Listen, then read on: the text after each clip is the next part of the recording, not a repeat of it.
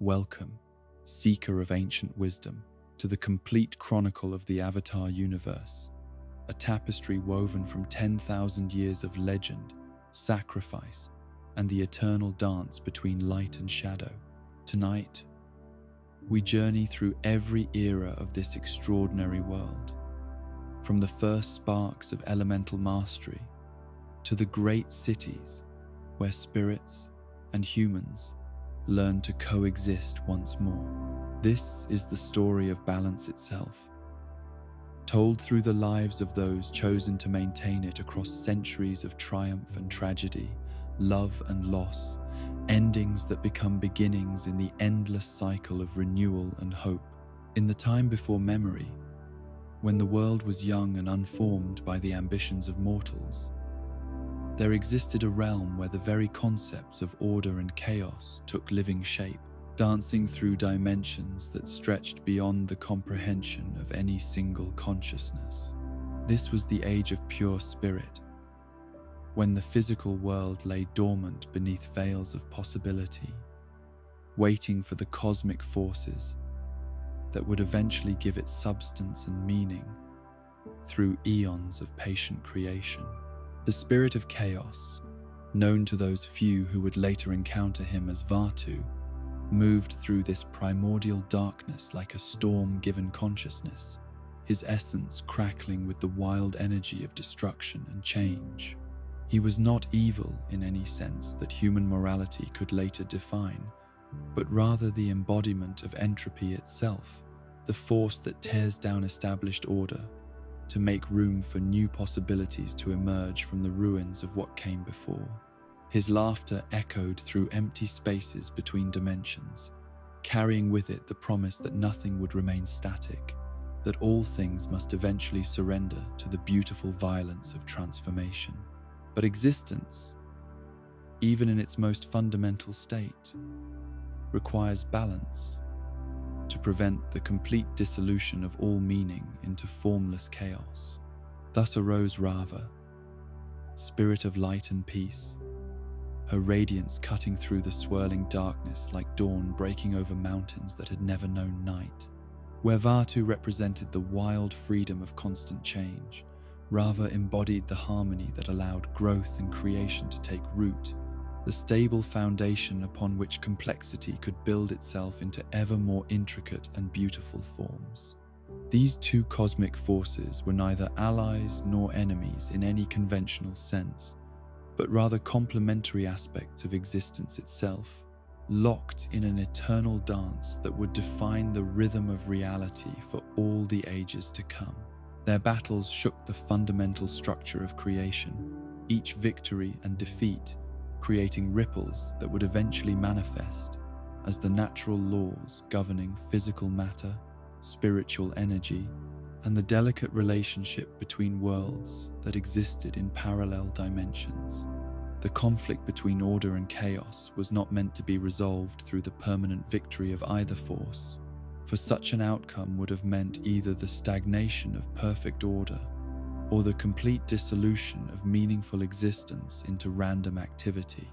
Instead, their struggle was the engine that drove cosmic evolution, each cycle of their eternal confrontation adding new layers of complexity to the universe, while maintaining the dynamic tension necessary for continued growth and change. As their battles raged across dimensions, fragments of their essence began to coalesce into forms that would eventually become the first spirits to inhabit the physical realm. These beings carried within themselves aspects of both order and chaos, though most leaned more heavily toward one pole or the other, creating the rich diversity of spiritual entities that would later interact with mortal civilizations in ways both beneficial and dangerous. Among the first to manifest were Tui and La, the moon and ocean spirits, whose essence embodied the gentle but inexorable cycles of tide and season that would eventually govern much of life on the physical world. Their dance through liquid spaces created the first rhythms that would inspire mortal hearts, the push and pull of eternal partnership that demonstrated how opposing forces could create beauty through their interaction rather than mutual destruction through their conflict. The Mother of Faces emerged from pools of creative energy, her consciousness dedicated to the infinite possibilities of identity and transformation that would later fascinate and terrify mortals seeking to understand the fluid nature of self and soul. Her offspring, Ko the Face Stealer, represented the darker aspect of this creative force. The recognition that identity could be lost as easily as gained, that the faces we wear in the world are fragile constructs that can be stripped away by forces beyond our control or understanding. Other spirits took form, according to their own natures and the cosmic influences that shaped their emergence into consciousness. Wan Shi Tong gathered knowledge like a collector hoarding precious artifacts, his great library serving as repository for information that transcended the boundaries between physical and spiritual realms. His dedication to learning was pure and obsessive, unmarked by the political considerations that would later complicate his relationship with mortals who sought to use knowledge as a weapon rather than treasure it for its own sake. The great forest spirits took root in places where the boundary between dimensions grew thin, their consciousness expanding through networks of living wood that connected distant locations through spiritual pathways, invisible to physical senses. They became the guardians of sacred groves and ancient trees, their patience measured in centuries while their wisdom accumulated through observation of countless cycles of growth and decay, birth and death, the eternal renewal that characterized natural systems operating according to principles older than civilization. As these spiritual entities established their domains within the emerging physical realm, the universe began to develop the stable structures that would eventually support mortal life. Continents formed from the cooling of primordial fires, their surfaces sculpted by forces that operated according to laws established through the interaction of order and chaos across cosmic time. Oceans filled with water that carried within it the spiritual essence of Tui and La, creating currents and tides that would eventually enable the migration of both physical and spiritual beings across vast distances. The atmosphere thickened with gases that could support combustion and respiration, while the magnetic fields generated by planetary rotation created protective barriers against cosmic radiation that might otherwise have sterilized the surface before life could establish itself. These developments occurred over timescales that dwarfed any individual consciousness, yet each change was guided by the spiritual forces that had emerged from the original conflict between Rava and Vatu. Into this increasingly stable but still wild world came the lion turtles, beings of such immense size and ancient wisdom that they served as bridges between the purely spiritual realm and the physical world that was still taking shape around them. These creatures were living cities, their shells broad enough to support entire ecosystems, while their consciousness remained connected to spiritual forces that allowed them to perceive threats and opportunities across both dimensions simultaneously. The lion turtles understood that the physical world, despite its growing stability, was not yet safe for the forms of consciousness that would eventually evolve into mortal species. Spirits roamed freely between dimensions, many of them dangerous to beings who lacked the power to defend themselves against entities that operated according to principles fundamentally different from those governing physical existence. The gap between spiritual and material reality created zones of unpredictable interaction where the laws of nature could be suspended or reversed without warning. Recognizing the need for sanctuary where vulnerable life forms could develop without constant threat of spiritual intervention, the lion turtles positioned themselves at strategic locations around the world, becoming mobile refuges for whatever species might eventually require their protection. Their shells were not merely platforms but complete ecosystems, carefully maintained environments where the conditions necessary for mortal life could be preserved, even when the surrounding world remained too dangerous for unprotected habitation. The consciousness of each lion turtle was vast and patient, capable of thinking in timescales that encompass geological epochs while remaining attentive to the immediate needs of whatever creatures might seek their protection. They understood that their role was temporary, a bridge between the chaotic early period of planetary development and whatever stable future might eventually emerge from the ongoing interaction between spiritual and physical forces. As the world continued to evolve, the lion turtles began to sense the approach of new forms of consciousness, beings that would eventually develop the capacity to shape their environment through tools and cooperation, rather than relying solely on natural adaptation to changing conditions. These creatures would require not just physical protection, but also the means to defend themselves against spiritual threats, abilities that the lion turtles could grant temporarily, but which would eventually need to become permanent aspects of mortal capability. The power to manipulate the basic elements of physical reality, water, earth, fire, and air, had always existed within the spiritual realm, wielded by entities whose consciousness was naturally attuned to the fundamental forces governing material existence. But transferring this ability to mortal beings would require careful consideration and precise implementation, for the power to bend elements could be used for creation or destruction, depending on the wisdom and moral development of those who wielded it. The lion turtles understood that they were approaching a crucial transition point in the world's development, a moment when the clear separation between spiritual and physical realms would need to give way to more complex interactions that allowed for cooperation and conflict between different types of consciousness. The arrival of mortal species capable of learning and growth would introduce new variables into the ancient equation between order and chaos, potentially creating possibilities that neither Rava nor Vatu had foreseen during their original cosmic dance. The stage was being set for the next great chapter in the universe's evolution, when individual consciousness would emerge from the collective patterns of spiritual and physical forces to create new forms of meaning and purpose through personal choice and moral development. The world was ready for the arrival of humanity, though neither the spirits nor the lion turtles could fully predict what consequences would follow from introducing creatures capable of independent thought and action into a reality still shaped by the eternal struggle between the forces of order and chaos. As the final preparations were completed and the physical world achieved the stability necessary to support complex life forms,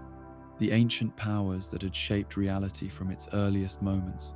began to sense the approach of changes that would transform everything they thought they understood about existence itself. The age of pure spirit was ending, but what would emerge from its passing remained hidden behind veils of possibility that even the most prescient entities could not penetrate with certainty. In the year 9850, before the great genocide that would reshape the world forever,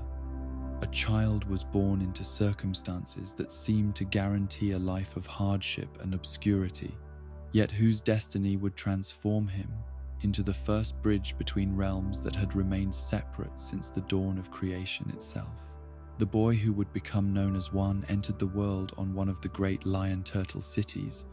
where humans lived under the protection of ancient beings whose wisdom spanned millennia and whose shells provided the only safe haven in a world still wild, with spiritual forces too dangerous for mortal flesh to encounter without devastating consequences. The lion turtle that sheltered One's people was a master of the fire element, its consciousness attuned to the creative and destructive potential that burned within the heart of all living things. The city built upon its shell reflected this elemental affinity,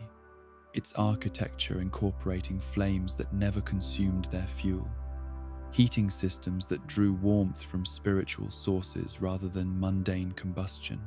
and forges where craftsmen learned to work metal through techniques that bordered on the mystical rather than relying solely on physical principles.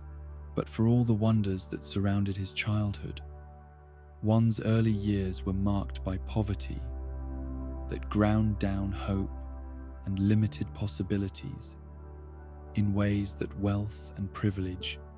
could never fully comprehend. His family possessed neither the social connections nor the accumulated resources that might have lifted them from the lowest tiers of the city's carefully structured hierarchy,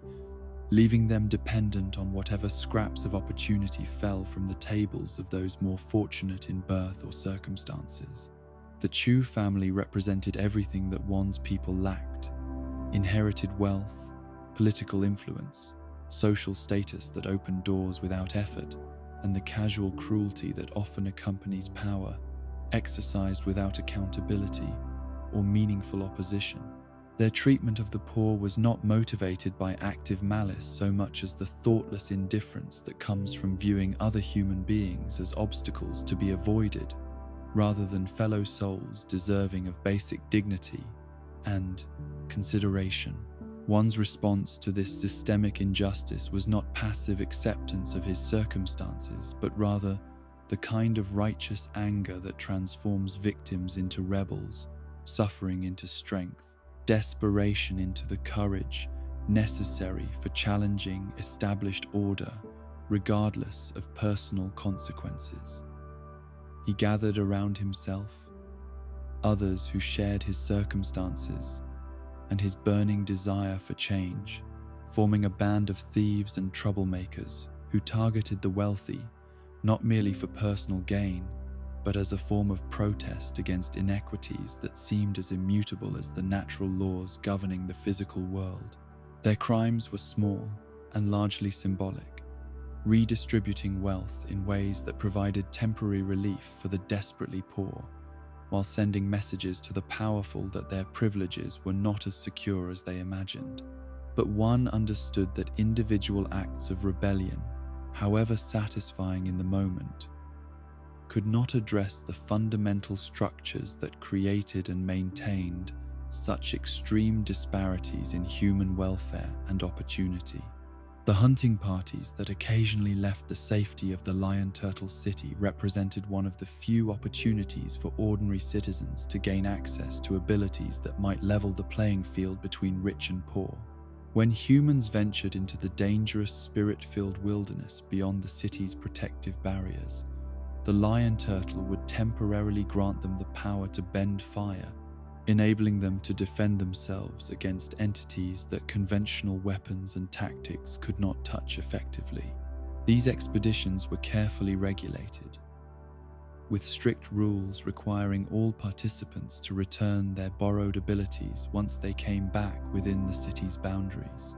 The temporary nature of this power was considered essential for maintaining social stability, preventing the emergence of permanent bending classes that might upset the delicate balance of authority that kept the community functioning despite its internal inequalities and tensions. But Wan had spent his entire life observing how rules served the interests of those who made them while binding everyone else to patterns of behavior that perpetuated existing disadvantages. When the opportunity arose to join a hunting party, he saw not just a chance for adventure, but a potential tool for advancing his larger goals of social transformation through whatever means proved necessary and effective. The deception he employed to retain his firebending abilities after returning to the city required careful planning and considerable courage, for discovery would have meant not just punishment, but exile from the only safe haven that existed in a world where unprotected humans faced almost certain death from spirits who viewed mortal flesh as either plaything or prey. His success in concealing his continued access to elemental power felt like the first real victory he had ever achieved against forces that had seemed insurmountable through conventional resistance. The rebellion that Wan launched using his illegally retained firebending was more than a simple uprising of the dispossessed against their oppressors. It represented a fundamental challenge to the assumption that power naturally belonged to those who had inherited it, that the existing social order reflected some cosmic justice rather than the accumulated advantages that wealth and status conferred across generations of careful cultivation and protection. His flames became symbols of possibility for everyone who had been taught to accept limitation as their natural lot, demonstrations that the barriers separating different classes of humanity were artificial constructs that could be challenged and overcome through sufficient determination and creative application of whatever resources became available.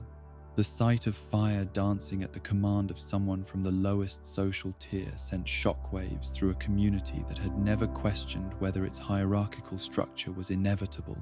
or merely convenient for those who benefited from its preservation.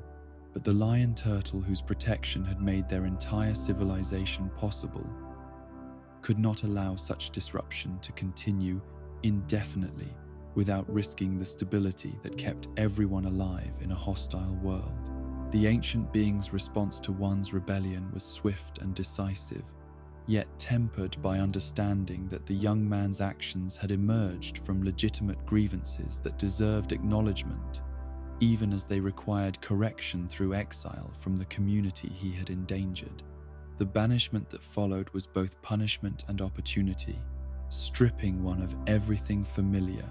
while forcing him to develop capabilities that no human living within the safe boundaries of lion turtle cities had ever been required to master.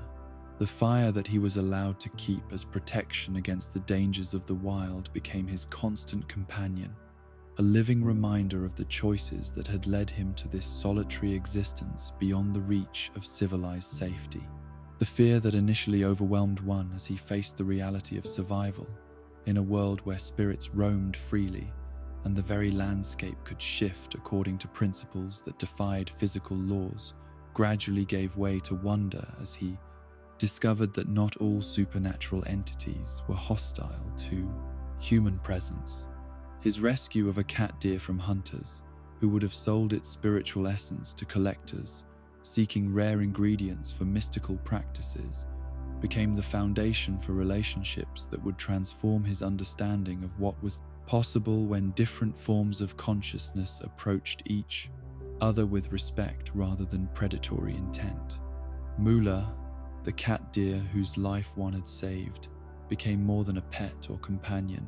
She served as his guide to ways of thinking and perceiving that transcended the limitations imposed by purely human perspective, teaching him to sense spiritual currents and navigate dangers that conventional wisdom could never adequately prepare him to handle. Through her patient instruction, he began to understand that the world beyond the lion turtle cities was not simply a wasteland populated by monsters, but rather a complex ecosystem where cooperation and mutual aid were as common as predation and conflict. The spirits who gradually came to accept one's presence in their domain were drawn not by his firebending abilities, which many of them could easily overpower, but by his genuine respect for their autonomy and his willingness to learn from teachers whose wisdom had been accumulating for centuries longer than human civilization had existed. They recognized in him a consciousness that sought understanding rather than dominance, partnership rather than exploitation of whatever advantages his elemental abilities might provide. The white dragon, who became his most important instructor in the advanced techniques of firebending, represented a connection to knowledge that predated the lion turtle's decision to grant humans temporary access to elemental powers. The forms that the dragon taught were not merely combat techniques, but expressions of fire's essential nature, ways of moving and breathing and thinking that aligned human consciousness with the spiritual forces that gave flame its unique properties and potential applications. The dancing dragon style that one learned from this ancient teacher was more than a martial art or method for generating and controlling fire. It was a philosophy made manifest through physical movement, a way of understanding the relationship between destruction and creation, passion and wisdom, individual will and universal principle that would influence firebending instruction for thousands of years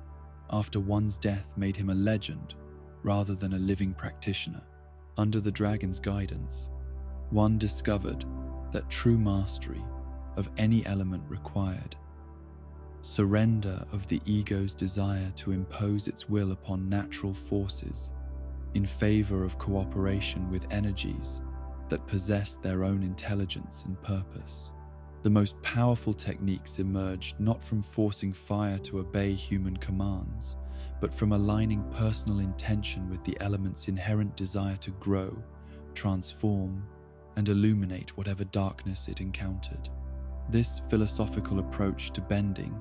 would later be lost during the long centuries when humans developed increasingly militaristic applications for their elemental abilities, but traces of the dragon's teaching survived in traditions maintained by groups like the Sun Warriors,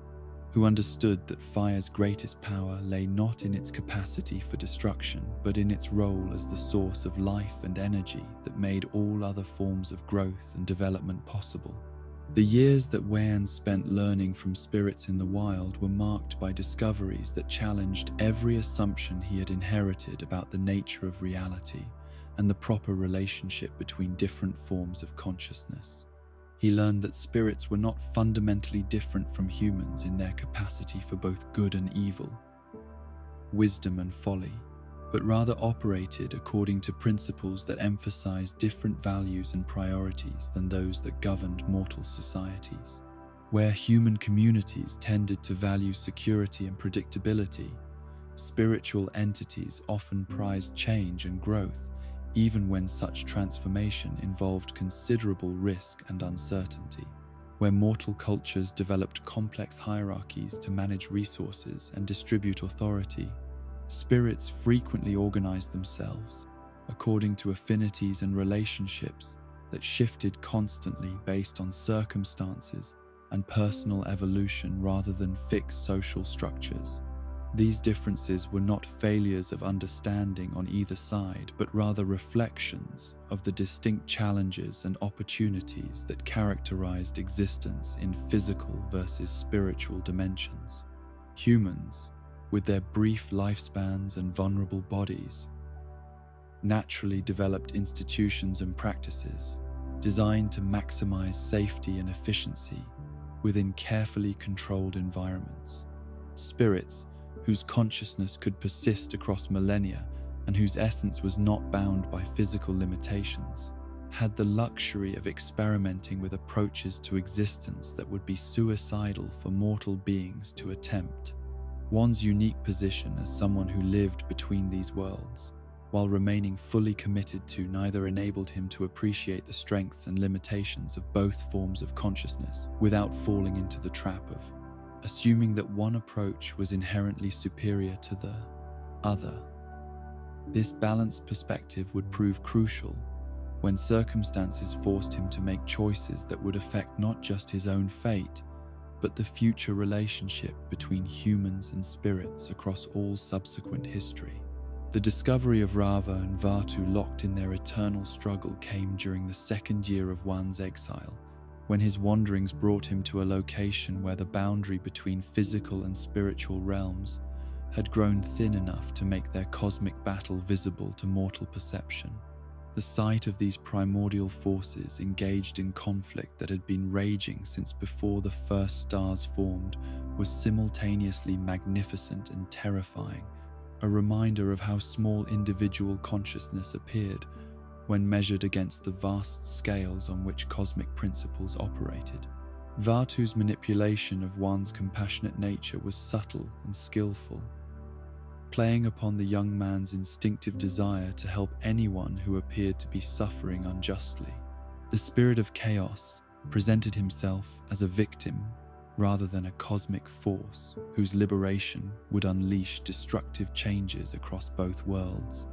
appealing to the same sense of justice that had driven Wan to rebel against the inequities he had witnessed in Lion Turtle society. The decision to free Vatu was made from the purest motives,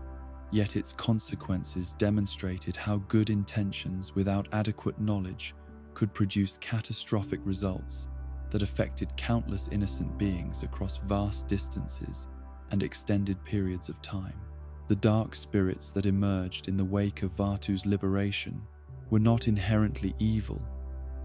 but rather entities whose essential nature had been corrupted by exposure to chaotic energies that overwhelmed their capacity for balanced judgment and compassionate action. Rava's explanation of the cosmic significance of one's mistake was delivered without condemnation, for the Spirit of Light understood that ignorance rather than malice had motivated his actions. Her willingness to accept his offer of partnership reflected not desperation, but recognition that the error had created an opportunity for new forms of cooperation between human and spiritual consciousness that might ultimately produce better results than the previous system of strict separation between realms. The process of learning to work together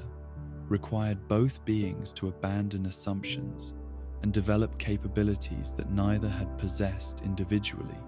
Rava had to adapt her eternal perspective to accommodate the urgency and emotional intensity that characterized human consciousness, while one needed to expand his understanding to encompass spiritual realities that operated according to principles fundamentally different from those governing physical existence. Their first collaboration in defending an air nomad settlement from corrupted spirits demonstrated both the potential and the limitations of their partnership. The protection they were able to provide was more effective than either could have achieved alone, yet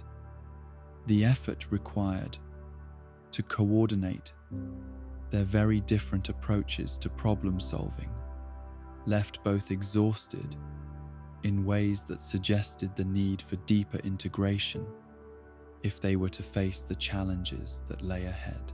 The request for airbending that one made to the air lion turtle represented an unprecedented departure from the established practice of granting elemental abilities to only one individual at a time. The ancient being's initial hesitation reflected not unwillingness to help, but uncertainty about whether human consciousness could safely contain multiple forms of elemental power without being torn apart by the conflicting energies and philosophical approaches that each element embodied. Rava's offer to serve as a stabilizing presence within one's consciousness while he learned to master air provided the solution that made multiple element mastery possible without destroying the individual attempting such unprecedented integration.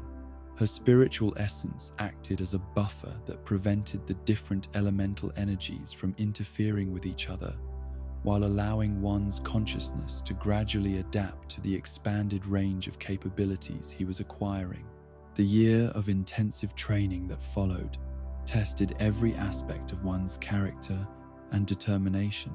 as he struggled to develop competency in elements that required radically different approaches to both physical technique and mental discipline. Water demanded fluidity and adaptation, the willingness to yield and flow around obstacles rather than confronting them directly. Earth required stability and patience, the ability to remain centered and unmovable even when facing overwhelming pressure from external forces. Air called for detachment and spiritual insight, the capacity to rise above immediate circumstances and perceive larger patterns that might not be visible from ground level. Each element carried within it philosophical principles that had to be internalized and integrated before true mastery could be achieved, creating an educational process that transformed not just one's abilities but his fundamental understanding of reality itself. The approaching harmonic convergence added urgency to training that might otherwise have continued for decades, forcing accelerated development that pushed both Wan and Rava to their limits while they prepared for a confrontation whose outcome would determine the future relationship between order and chaos across both worlds. The cosmic alignment that occurred once every 10,000 years would amplify all spiritual energies to levels that made normal rules of engagement meaningless, requiring strategies and capabilities that had never been tested under such extreme conditions. The merger of one and Rava's consciousness that created the Avatar spirit was not simply an addition of their separate capabilities, but rather a fundamental transformation that produced something entirely new and unprecedented in the Morshazay history of either realm. The being that emerged from their fusion possessed human creativity and emotional depth combined with spiritual wisdom and cosmic perspective. Individual will balanced by universal compassion, mortal urgency tempered by eternal patience. The battle with Vaatu that followed tested every aspect of this new form of consciousness as it struggled to contain and redirect chaotic energies that sought to unmake not just the current world order, but the very possibility of stable existence across all dimensions. The victory they achieved was not through superior force, but through understanding that chaos could be channeled rather than destroyed, transformed into a source of creative energy rather than pure destruction. The Tree of Time that became Vaatu's prison was more than a restraining device. It was a transformer that would gradually convert chaotic energy into forms that could contribute to cosmic balance, rather than threatening to destroy it entirely. The 10,000-year cycle that would contain the spirit of darkness provided time for both worlds to develop the wisdom and strength necessary to handle his eventual return without catastrophic consequences. The separation of human and spirit worlds that one implemented after his victory was motivated by compassion rather than fear, recognition that most mortal beings were not ready for the kind of direct spiritual contact that his unique circumstances had prepared him to handle safely. The barriers he created were permeable to consciousness prepared for such interaction while protecting those who lacked the knowledge or strength to survive exposure to raw spiritual energies. The Lion Turtles' decision to abandon their role as humanity's protectors reflected their understanding that the Avatar now provided a more flexible and responsive form of guidance than their ancient wisdom could offer to rapidly evolving mortal societies. Their withdrawal from active involvement in human affairs was not abandonment, but rather recognition that their children had developed beyond the need for constant supervision and protection. The wars that erupted as different human cultures encountered each other without Lion Turtle mediation were tragic, but perhaps inevitable consequences of the diversity and independence that had developed during the long period of separation between communities. Each group had evolved unique approaches to survival and social organization, creating potential for both conflict and enrichment when they finally came into contact with alternative ways of thinking and living. One's attempts to mediate these conflicts demonstrated both the potential and the limitations of Avatar power when applied to problems that emerged from deep-seated cultural differences rather than cosmic spiritual imbalances. His individual intervention could stop immediate violence but could not address the underlying prejudices and competing interests that made such conflicts likely to recur whenever external pressure was removed. The battlefield death that ended one's mortal life was perhaps the most fitting conclusion possible for someone whose entire existence had been dedicated to standing between opposing forces in hopes of finding solutions that served everyone's essential needs. His final words of apology to Rava reflected not failure, but recognition that the work they had begun would require countless lifetimes to complete, that the Avatar spirit would need to reincarnate again and again to gradually build the understanding and wisdom necessary for lasting peace. Rava's comfort as Wan died carried the promise that their partnership would continue beyond the boundaries of individual mortality, that the consciousness they had created together would persist through whatever changes and challenges the future might bring. The reincarnation that followed was not simply the birth of a new person with Avatar abilities, but the continuation of an eternal mission to maintain balance between forces that would always exist in tension with each other. The Avatar cycle that began with one's rebirth established patterns that would influence human civilization for millennia to come, creating a form of spiritual leadership that could adapt to changing circumstances while maintaining connection to the wisdom and experience accumulated across previous incarnations. The bridge between worlds had been built not from physical materials, but from consciousness itself, a living connection that would grow stronger and more complex with each generation of Avatar who added their unique perspective and capabilities to the eternal task of maintaining harmony between all forms of existence. The 6 millennia that followed Avatar 1's death and rebirth unfolded like the slow turning of cosmic wheels, each century adding new layers of complexity to the relationship between human ambition and spiritual reality. While the young Avatar consciousness learned to navigate the challenges of maintaining balance across lifetimes, measured in decades, rather than the eternal perspective that had characterized its first incarnation. These were the ages of foundation, when scattered peoples who had once sheltered beneath lion turtle shells discovered that freedom from ancient protection carried with it the responsibility of creating their own systems of meaning, governance, and survival in a world that remained vast and largely unexplored. The great continent that would eventually become the Earth Kingdom stretched across landscapes so diverse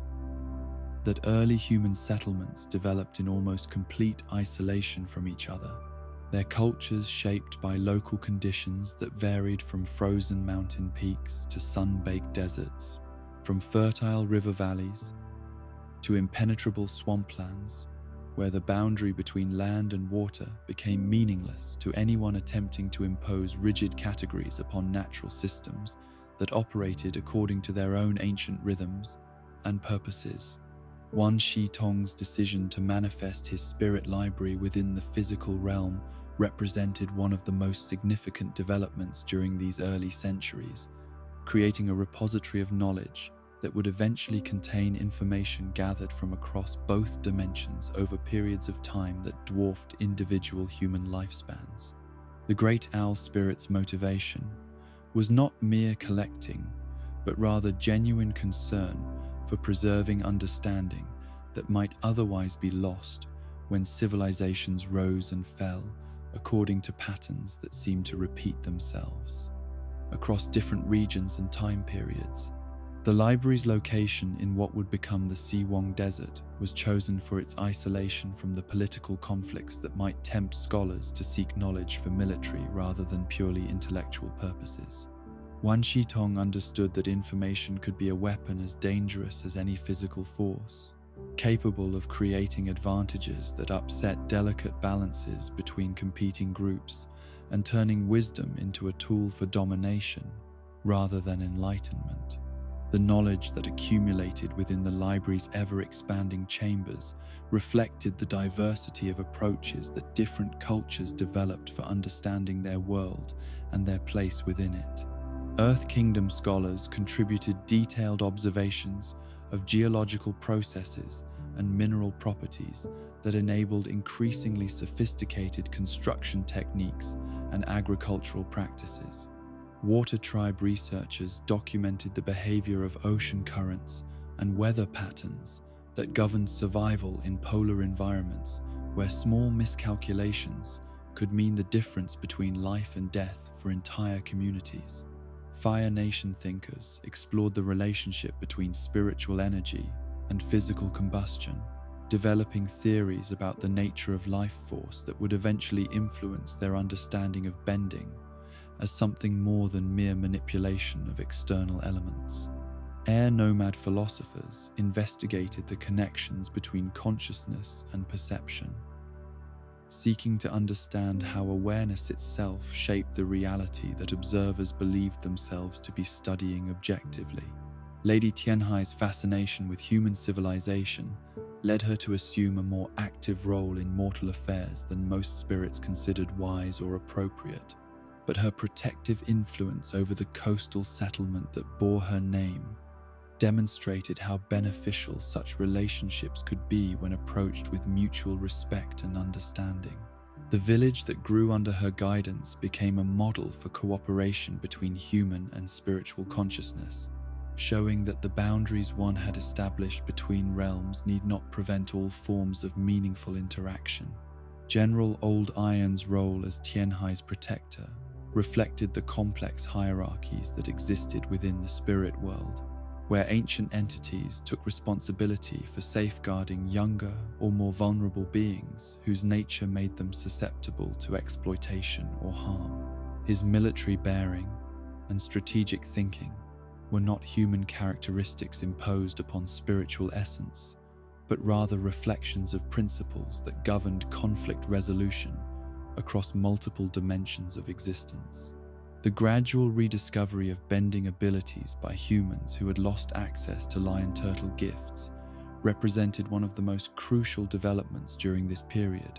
demonstrating that elemental mastery was not merely a temporary enhancement granted by external beings, but rather a fundamental capacity that consciousness could develop through careful observation and patient practice. The process required not just technical skill, but philosophical understanding of each element's essential nature and proper applications. The air nomads, who learned their art from flying bison, developed approaches to their element that emphasized freedom and spiritual transcendence, viewing airbending as a means of liberation from earthly attachments that might otherwise bind consciousness to limited perspectives and narrow concerns. Their temples, built at high altitudes where the boundary between earth and sky became tenuous, reflected architectural philosophies that prioritized harmony with natural forces over imposing human will upon resistant environments. Guru Lagima's achievement of unassisted flight represented the ultimate expression of airbending philosophy, the complete release of attachment to material concerns that allowed consciousness to operate according to purely spiritual principles. His ability to remain airborne for the final 40 years of his life was not merely a display of technical mastery, but rather evidence of philosophical transformation that few practitioners in any era would prove capable of achieving or sustaining for extended periods. The temples that the air nomads constructed across the world's highest peaks became centers of learning that attracted students from other nations seeking to understand spiritual principles that transcended the limitations of purely material approaches to existence. The knowledge shared within these sanctuaries influenced the development of meditation techniques, dietary practices, and social structures that prioritized collective welfare over individual advancement, community harmony over competitive achievement. The Sun Warriors, who maintained their connection to dragons, preserved knowledge about firebending's creative potential that would otherwise have been lost as other Fire Nation cultures developed increasingly militaristic applications for their elemental abilities. Their understanding of fire as the source of life and energy, rather than merely a tool for destruction, enabled them to develop techniques that enhanced, rather than depleted, the practitioners who mastered their ancient forms and philosophical approaches. The civilization that rose and fell in the South Pole during these early millennia left behind architectural mysteries that would puzzle later explorers, their temples demonstrating mastery of construction techniques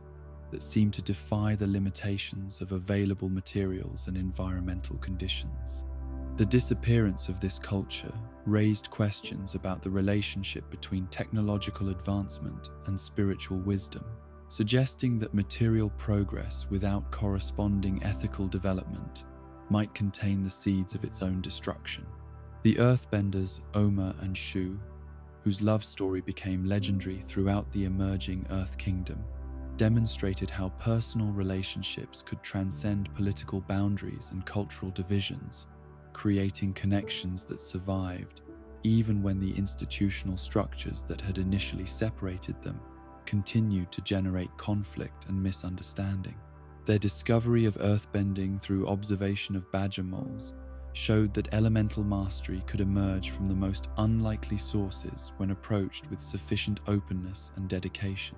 The tragic end of their romance, with Shu's death in battle between their peoples, provided Oma with the motivation necessary to demonstrate earthbending's potential for ending conflicts rather than merely perpetuating them. Her use of elemental power to force peace upon the warring communities established precedents for how individual intervention could reshape political relationships when backed by sufficient strength and unwavering commitment to principles that transcended narrow factional interests. The city of Omashu that grew from the merger of their previously hostile settlements became a symbol of how love could transform hatred into cooperation, how personal sacrifice could create foundations for institutions that served the common good rather than merely advancing the interests of particular groups or individuals. The architectural marvels that later distinguished Omashu reflected engineering principles that could only have been developed through the kind of collaboration that Omar's intervention had made possible. The waterbenders who learned their art through observation of tidal patterns and lunar cycles developed profound understanding of the relationship between celestial movements and earthly phenomena, recognizing that their abilities drew upon cosmic forces that connected local events to universal rhythms operating across scales of time and space that individual consciousness could barely comprehend. Their techniques emphasized adaptation and flow rather than rigid resistance to changing circumstances. The formation of the Northern Water Tribe around the city of Agna represented one of the earliest examples of large-scale political organization that successfully integrated elemental abilities into governmental structures without allowing bending prowess to become the sole determinant of social status or political authority. The water sages, who emerged as spiritual leaders within this community, maintained their religious functions while avoiding the political entanglements that might have compromised their ability to serve the broader community's needs. The Southern Water Tribe's establishment at the opposite pole created a parallel civilization that developed its own approaches to survival in extreme environments, while maintaining cultural connections to their northern relatives through trade relationships and shared spiritual practices. The eventual healing of tensions between these groups demonstrated how geographic separation need not prevent cooperation when both sides remained committed to preserving their common heritage and values. The Foggy Swamp Tribe's discovery of the vast wetland that would become their permanent home showed how human adaptability could enable successful settlement in environments that seemed hostile or unsuitable for conventional approaches to agriculture and construction. Their development of unique water-bending techniques that worked with swamp ecology rather than imposing external patterns upon resistant natural systems provided models for sustainable living that other cultures might have benefited from, studying and adapting. The Earth Kingdom's gradual expansion across the great continent required diplomatic and military skills that went far beyond simple conquest, involving the complex process of integrating diverse cultures with different languages, customs, and approaches to governance into a single political entity, capable of maintaining stability across vast distances and varied geographic conditions. The success of this unification effort demonstrated both the potential and the challenges inherent in large-scale political organization. Ba Sing Se's growth from a small settlement into the massive walled city that would dominate Earth Kingdom politics for centuries to come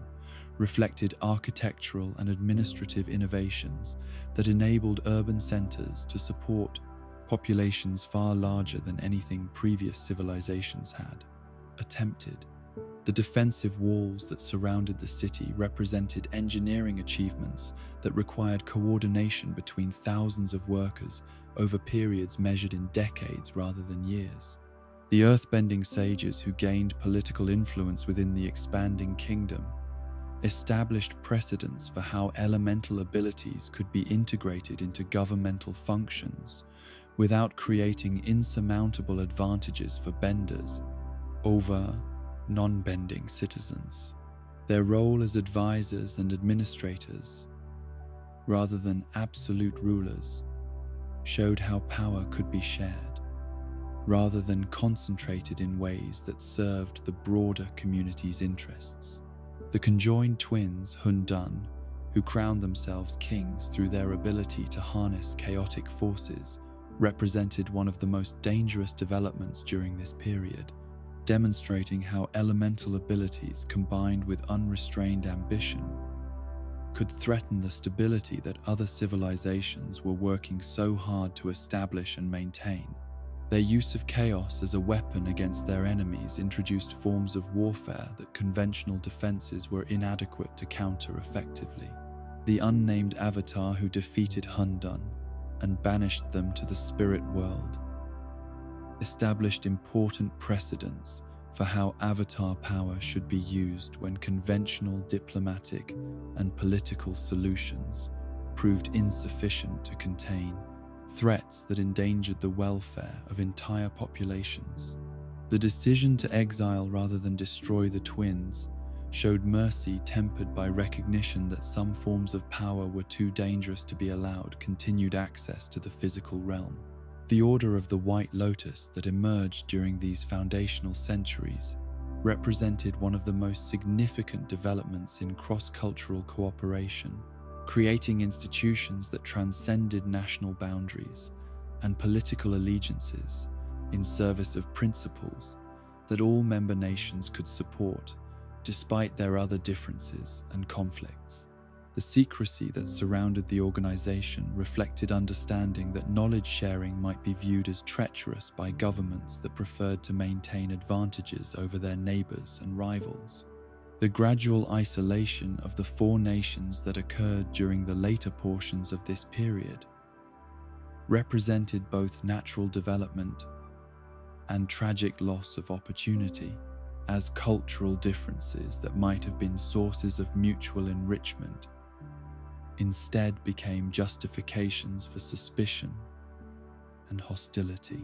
The mixed bending cultures that were destroyed during this process took with them knowledge and perspectives that might have prevented many of the conflicts that would plague later centuries. The enforcement of bending segregation that eliminated most multicultural communities created artificial boundaries that ignored the reality of how elemental abilities actually manifested in human populations, forcing people to choose between aspects of their heritage that should have been viewed as complementary rather than contradictory. The Lambak clan's survival through strict isolationism showed how some diversity could be preserved, but only at the cost of cutting themselves off from broader human civilization. Avatar Salai's reputation as one of the greatest avatars of their age reflected achievements that went beyond mere displays of power to encompass the kind of wisdom and compassion that could bring lasting peace to conflicts that purely military solutions could never adequately resolve. The specific details of their accomplishments were lost to later historians, but the reverence with which their name was remembered suggested the profound impact that their life and work had upon everyone who encountered their influence. Avatar Gun's gradual loss of faith in humanity represented one of the most troubling developments in Avatar history, showing how even cosmic consciousness could be worn down by constant exposure to conflict and suffering that seemed to resist all efforts at resolution or improvement. His friendship with the poet and engineer Misose provided the emotional support that prevented complete despair, demonstrating the crucial importance of personal relationships in sustaining anyone who bears responsibility for others' welfare. The tsunami that Gun failed to prevent resulting in Misoza's death and massive destruction throughout the affected region, illustrated the limitations of individual intervention when confronting natural forces that operated according to principles that transcended human comprehension or control. The blame that he received for this failure showed how public expectations of Avatar abilities often exceeded what was actually possible to achieve through elemental mastery alone. The self-imposed isolation that followed this tragedy reflected Gun's understanding that his effectiveness as the Avatar had been compromised by psychological damage that he lacked the resources to heal while continuing to serve the world's needs. His withdrawal from active involvement in human affairs created a precedent for how Avatar consciousness might protect itself and others when continuing to function normally would create more problems than solutions. The patterns established during these 6 millennia of foundation would influence everything that followed, creating institutional structures, cultural practices,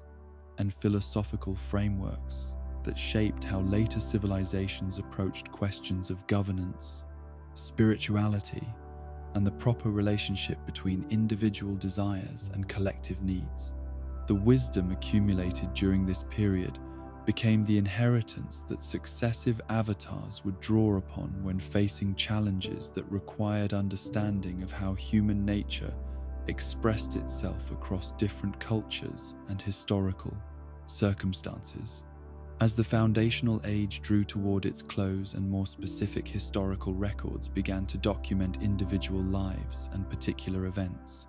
the stage was set for the emergence of avatars whose personalities and achievements would be remembered in greater detail by later generations, seeking to understand how cosmic responsibility could be balanced with human limitations and bis. Désir.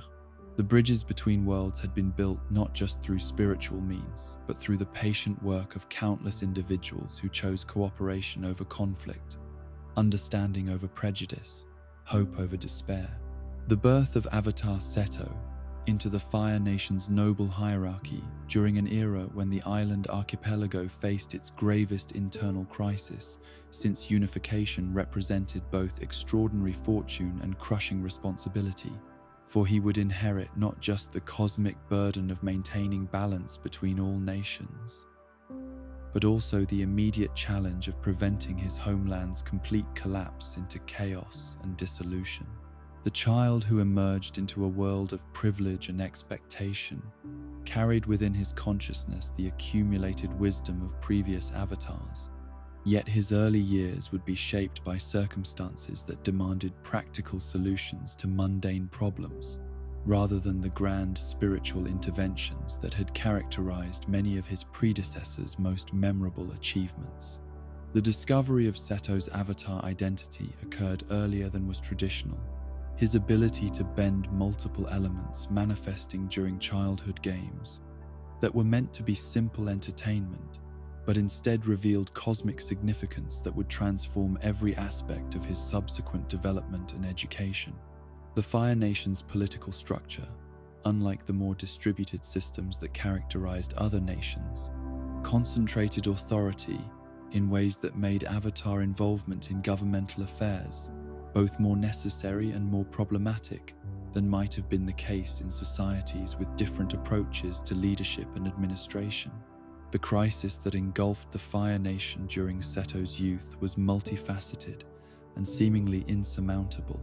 combining natural disasters that tested every aspect of the archipelago's infrastructure with political conflicts that threatened to tear apart the social fabric that held the island communities together despite their geographic separation and cultural diversity.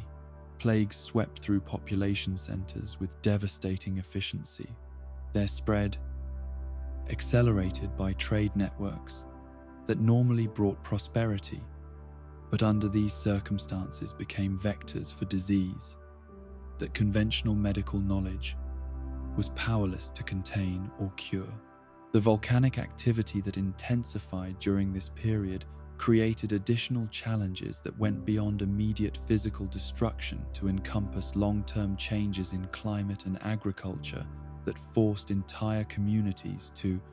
abandon ancestral lands and seek refuge in regions that were already struggling to support their existing populations. The ash clouds that periodically blocked sunlight across large portions of the archipelago disrupted growing seasons and created food shortages that led to social unrest and competition for resources that had previously been adequate to meet everyone's basic needs. The noble clans that had maintained relative peace during previous generations began to view the multiple crises as opportunities to advance their own interests at their rivals' expense, calculating that governmental weakness might enable them to claim territories and privileges that would normally have been protected by central authority. The violence that erupted between these competing factions threatened to fragment the Fire Nation into a collection of warring city-states that would be unable to coordinate effective responses to the natural disasters that required unified action to address successfully. Fire Lord Yosor, who had inherited the throne during these troubled times, possessed neither the personal charisma nor the administrative expertise necessary to restore confidence in central authority while implementing the kinds of comprehensive reforms that the crisis demanded. His well-meaning but ineffective attempts to address individual problems without understanding their interconnected nature only served to demonstrate the limitations of traditional approaches to governance when confronting unprecedented challenges that required innovative solutions and exceptional leadership capabilities. Sato's decision to reject the special privileges that his avatar status would normally have granted him reflected both personal integrity and strategic wisdom, recognizing that his effectiveness within the Fire Nation's governmental system would depend upon earning respect through demonstrated competence rather than relying upon cosmic authority that might be viewed with suspicion by officials who had dedicated their careers to mastering purely secular skills and knowledge. His choice to advance through merit alone meant accepting positions of relatively low status while proving himself capable of handling increasingly complex responsibilities. The bureaucratic skills that Seto developed during his rise through the governmental hierarchy were not merely technical competencies, but rather expressions of his understanding that effective administration required the same kind of balance and harmony that characterized successful bending, the ability to coordinate multiple elements and interests in ways that served the greater good while respecting the legitimate needs and concerns of all parties involved in complex decision-making processes. His diplomatic approach to resolving conflicts between noble clans emphasized finding solutions that allowed all sides to preserve their essential interests and dignity rather than imposing outcomes that created clear winners and losers. Understanding that lasting peace required psychological as well as political satisfaction for everyone involved in disputes that had often been building tension for generations before erupting into open violence that threatened the broader community's welfare. The accounting and financial management systems that Seto implemented represented revolutionary advances in governmental efficiency that enabled more effective allocation of resources during the ongoing crisis while establishing precedents that would influence Fire Nation administration for centuries after his death. His innovations in taxation and expenditure tracking created transparency that reduced corruption while ensuring that public funds were directed toward projects that served genuine needs rather than merely advancing particular officials' personal interests or political ambitions. The rebuilding of the Fire Nation's economy under Seto's guidance required not just immediate relief for communities devastated by disaster, but also long-term planning that would create sustainable prosperity capable of withstanding future challenges that might test the archipelago's resilience and adaptability. His programs for infrastructure development balanced immediate job creation with investments in transportation and communication systems that would facilitate trade and governance across the scattered islands that comprised the nation. The restoration of public confidence in governmental institutions was perhaps Seto's most important achievement, demonstrating through consistent competence and unwavering integrity that central authority could serve the people's interests effectively when guided by leaders who possessed both the technical skills and moral character necessary to handle complex responsibilities with wisdom and accountability. The respect that he earned from colleagues and citizens alike reflected not his avatar abilities, but his human qualities of dedication, intelligence, and compassion. The relationship that developed between Seto and Fire Lord Yosor evolved from initial mutual wariness to genuine partnership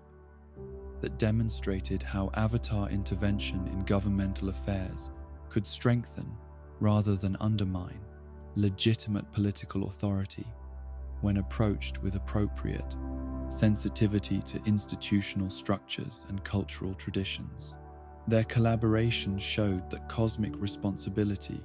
could be fulfilled through patient work within established systems rather than requiring dramatic interventions that might disrupt social stability. The economic recovery that occurred during Seto's tenure as Grand Advisor was not merely a return to previous conditions, but rather the creation of more resilient systems that were better prepared to handle future challenges, while providing opportunities for advancement and prosperity that had not existed under the previous arrangements. The policies he implemented balanced immediate relief with long-term sustainability, understanding that genuine solutions required addressing root causes rather than merely treating symptoms of deeper problems. The international respect that the Fire Nation gained during Seto's lifetime reflected both the internal stability he had helped create and his personal relationships with leaders from other nations who recognized his wisdom and integrity, despite any concerns they might have harbored about Fire Nation ambitions or capabilities. His diplomatic achievements opened doors for trade and cultural exchange that benefited all parties, while reducing tensions that might otherwise have led to conflicts requiring more forceful avatar intervention. The visits that Seto made to the Northern Air Temple provided him with spiritual guidance and perspective that complemented his practical governmental work, showing that avatar development required balance between worldly effectiveness and cosmic understanding, between service to particular communities and responsibility for universal principles that transcended national boundaries and political considerations. These retreats allowed him to recharge spiritually while gaining insights that informed his secular decision-making. The time he spent at Wan Shi Tong's Spirit Library reflected his understanding that effective leadership required access to knowledge and wisdom that went beyond immediate experience, that the challenges facing the Fire Nation were part of larger patterns that had been documented by scholars and observers from other eras and cultures whose insights might prove relevant to contemporary problems. His research there influenced many of the policies he later implemented as Grand Advisor. The criticism that later scholars would level against Seto's Fire Nation focus reflected legitimate concerns about how avatar responsibilities should be balanced, whether cosmic authority carried obligations to serve universal rather than particular interests, and how personal loyalty and cultural identity might conflict with the impartial judgment that the avatar role was supposed to embody.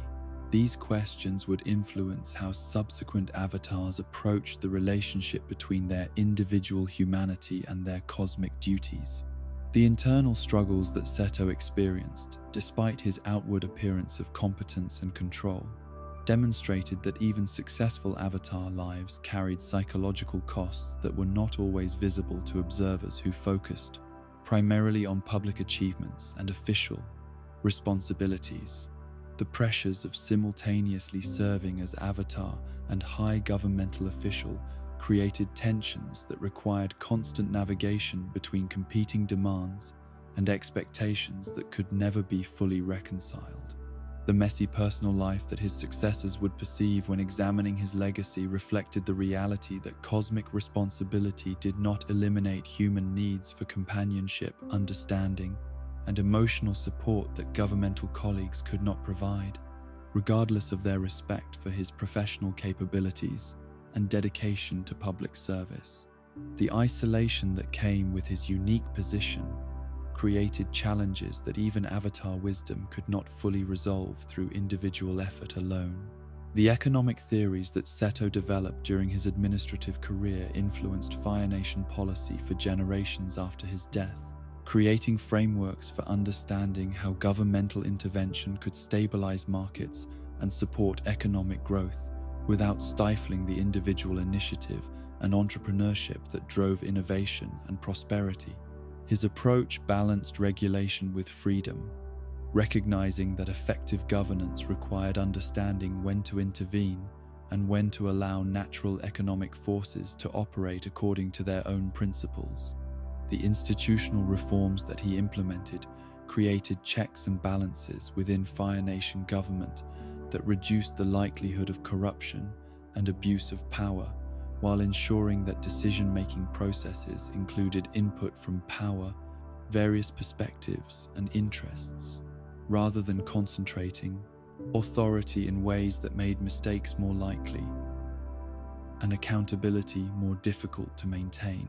These structural changes outlasted the specific policies they were designed to support, providing foundations for good governance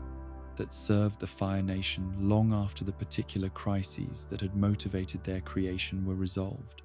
The legacy that Seto left for future avatars included both positive examples of how cosmic responsibility could be fulfilled through practical service to immediate communities and cautionary lessons about the potential costs of becoming too closely identified with particular national interests at the expense of universal principles that were supposed to guide Avatar decision-making. His life demonstrated that there was no single correct approach to Avatar duties, that each incarnation would need to find their own balance between competing demands and expectations. The death that came to Seto after decades of public service was peaceful and dignified, reflecting a life that had been dedicated to purposes larger than personal advancement or satisfaction. Yet the transition to his successor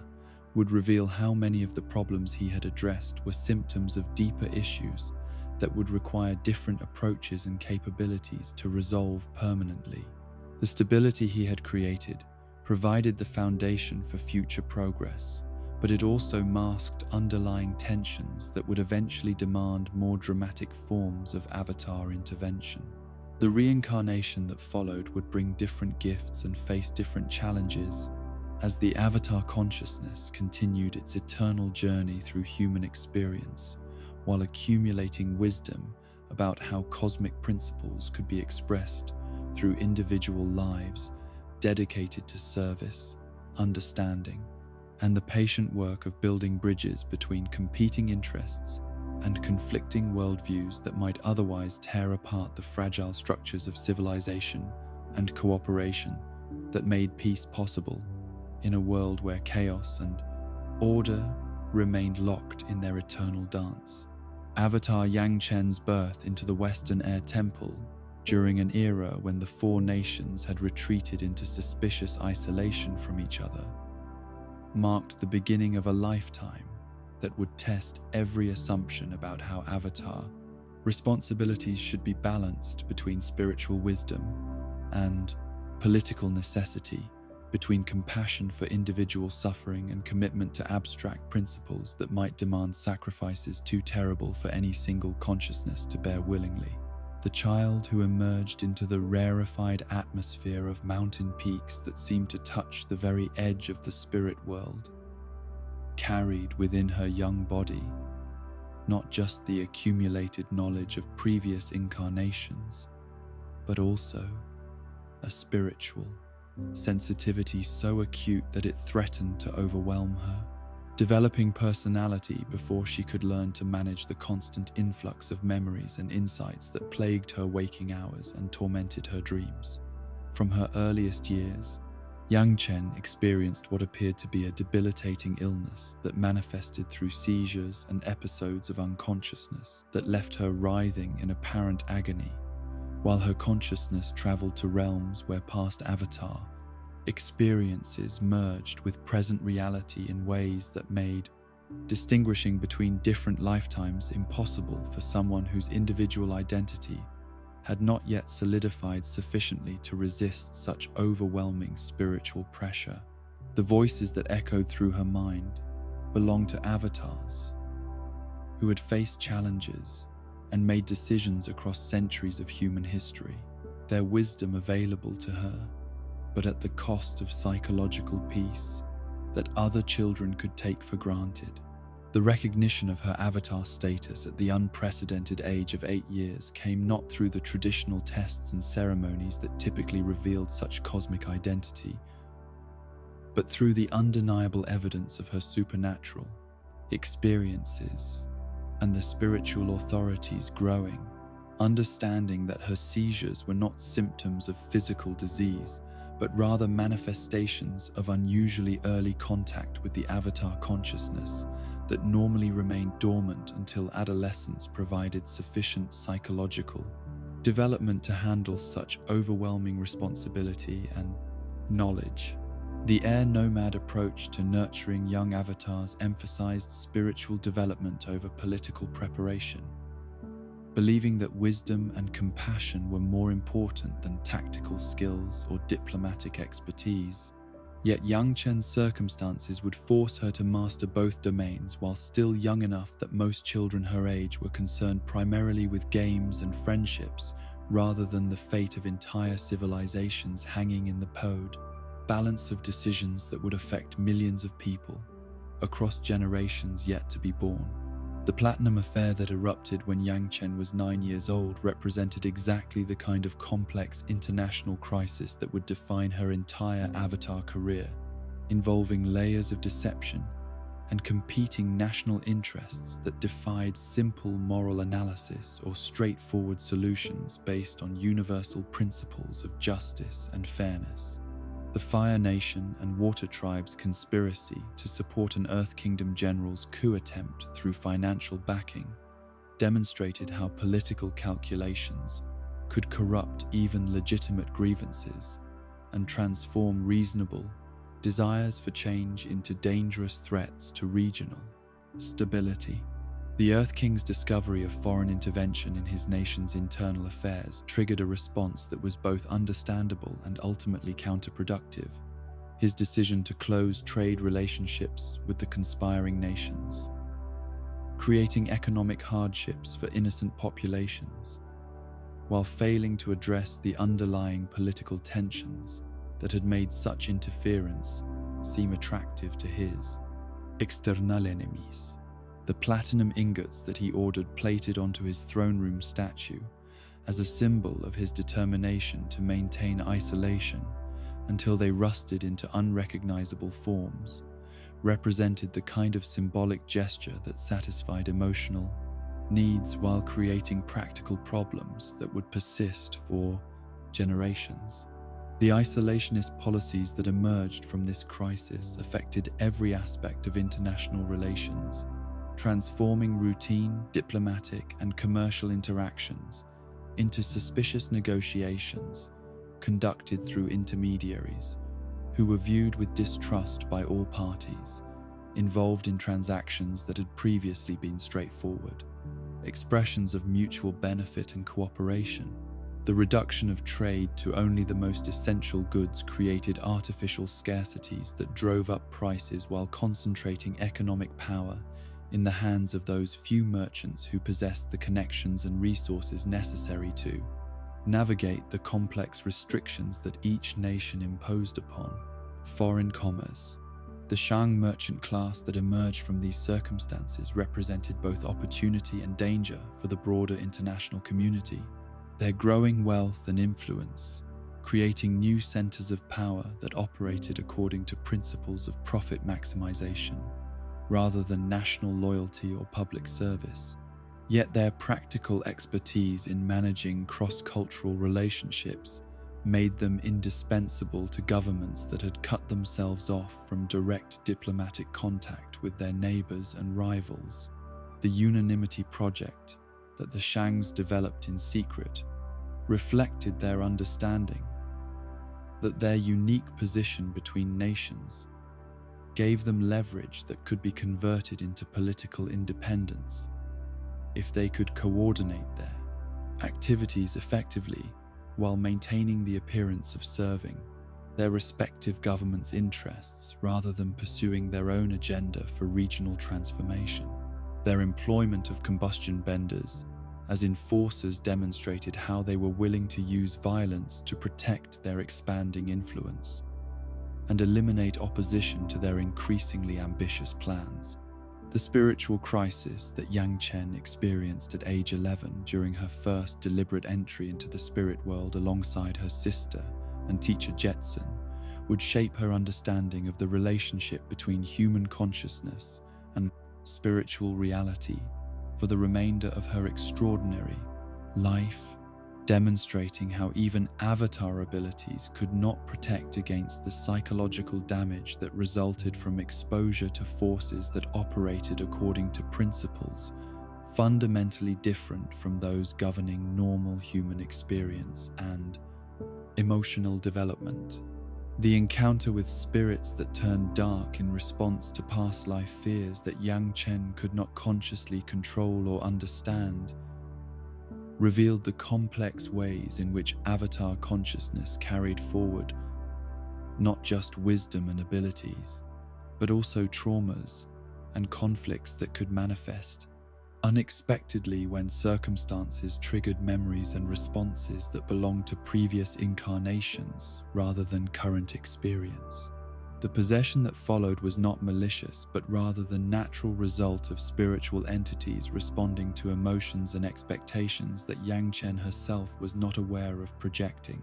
Jetsun's sacrifice to save her student from the consequences of this spiritual encounter demonstrated the kind of selfless dedication that the Air Nomad educational philosophy instilled in teachers who understood that their role involved not just transmitting knowledge, but also protecting their charges from dangers that learning necessarily entailed when it reached into realms where normal safety precautions were inadequate to ensure survival or psychological integrity. The loss of her teacher and spiritual guide at such a crucial stage of her development forced Yang Chen to accelerate her learning process while grieving for someone whose wisdom and support had seemed essential for navigating the challenges that avatar training necessarily involved, creating emotional wounds that would influence her decision-making throughout her subsequent career. As she struggled to balance personal needs with cosmic responsibilities that seemed to demand sacrifice of everything that made individual existence meaningful and worthwhile. The mastery of all four elements and the avatar state that Yang Chen achieved by age 17 represented unprecedented early development that reflected both her exceptional natural abilities and the intensive training necessitated by international circumstances that would not wait for her to complete a normal educational timeline before demanding avatar intervention in crises that threatened to destabilize the entire world system that previous avatars had worked for millennia to establish and maintain. Her political education proceeded simultaneously with her bending training, as she learned to navigate the complex web of competing interests and cultural differences that characterized relationships between nations whose isolation had been deepened by recent conflicts and misunderstandings that created barriers to communication and cooperation, even when all parties might have benefited from more open relationships and shared approaches to common challenges and opportunities. The skills in negotiation and compromise that Yang Chen developed during this period reflected her understanding that avatar intervention was most effective when it facilitated solutions that all parties could accept willingly rather than imposing outcomes through superior power that might create resentment and resistance, leading to future conflicts that would be even more difficult to resolve through peaceful means. Her success in mediating between humans and spirits demonstrated these principles applied across different forms of consciousness and types of disputes. The relationship she negotiated between General Old Iron and the residents of Tianhai Village represented one of her most significant early achievements in interdimensional diplomacy, showing how apparent conflicts between human development and spiritual preservation could be resolved through creative solutions that served everyone's essential needs while requiring sacrifices that were distributed fairly rather than imposing disproportionate costs upon any single party. To the agreement that made peace possible. The resettlement of human populations away from areas claimed by spirits was not simply retreat in the face of superior power, but rather recognition that some forms of coexistence required spatial separation to prevent conflicts that would inevitably arise from incompatible approaches to land use and resource management. Yet the new communities that were established through this process often proved more prosperous and sustainable than their previous settlements had been. The truce between Phoenix Eel spirits and Fire Nation Islanders demonstrated Yang Chen's growing expertise in addressing conflicts that arose from misunderstandings rather than fundamental incompatibilities, showing how communication and education could resolve disputes that seemed intractable when viewed only from single perspectives that failed to account for the legitimate concerns and needs of all parties involved in complex situations, where multiple forms of consciousness were competing for limited resources or territory. The amnesty that she negotiated for Water Tribe quartermasters, imprisoned since the Platinum Affair,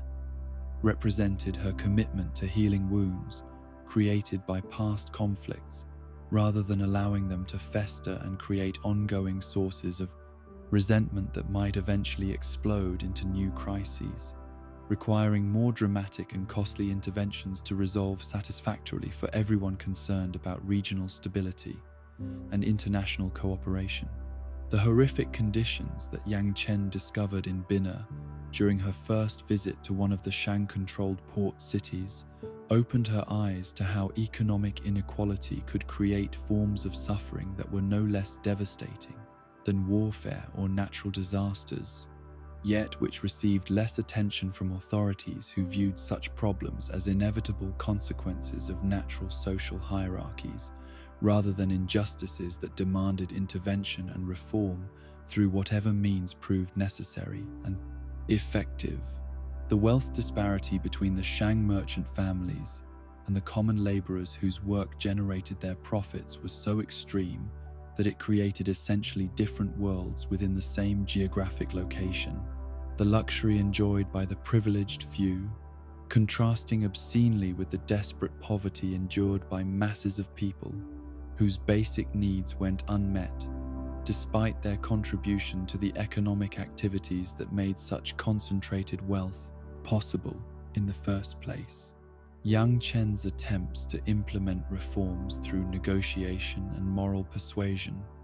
were met with polite resistance that masked absolute determination to preserve existing arrangements regardless of their human cost, showing her that some forms of injustice were too profitable for their beneficiaries to abandon willingly, no matter how compelling the ethical arguments for change might appear to observers whose own interests were not threatened by proposed modifications to established systems. The discovery of the Unanimity Project revealed the true scope of Shang ambitions and the sophisticated planning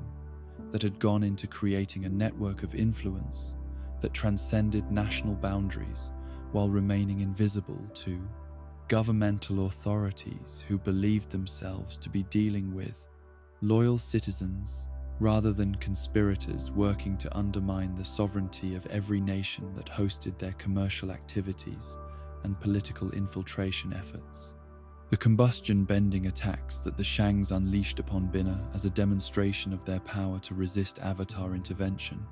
represented an escalation of violence that forced Yang Chen to respond with decisive action rather than continued attempts at peaceful resolution, showing her that some conflicts could only be ended through the application of superior force against opponents who viewed compromise as weakness and negotiation as opportunity for further exploitation and expansion of their influence. The capture and imprisonment of the combustion benders at the Northern Air Temple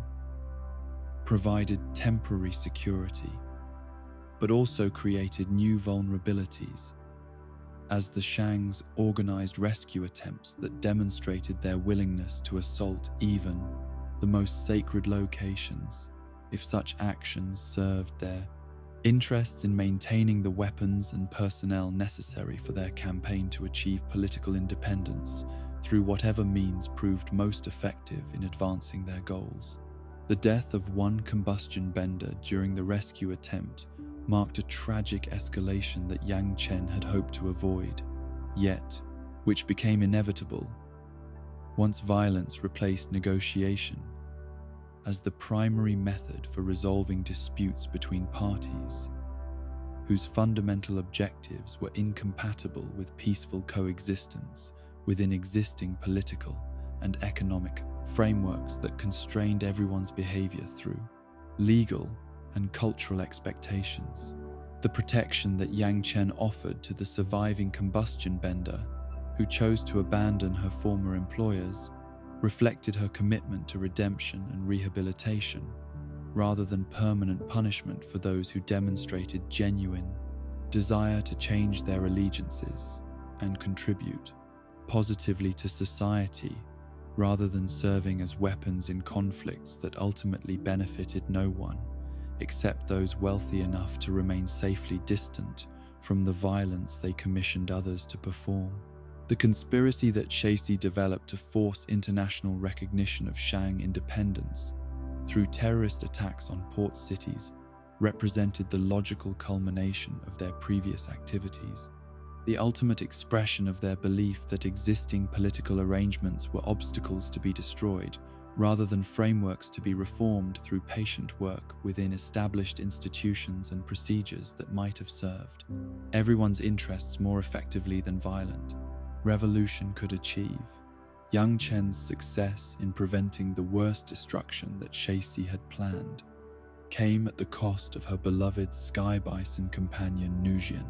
whose death provided her with personal understanding of the grief and loss that political conflicts inevitably created for individuals caught up in struggles that transcended their personal involvement, yet demanded sacrifice from everyone, affected by decisions made by leaders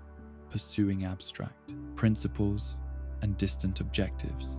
The political negotiations that followed the thwarted attack demonstrated Yang Chen's growing sophistication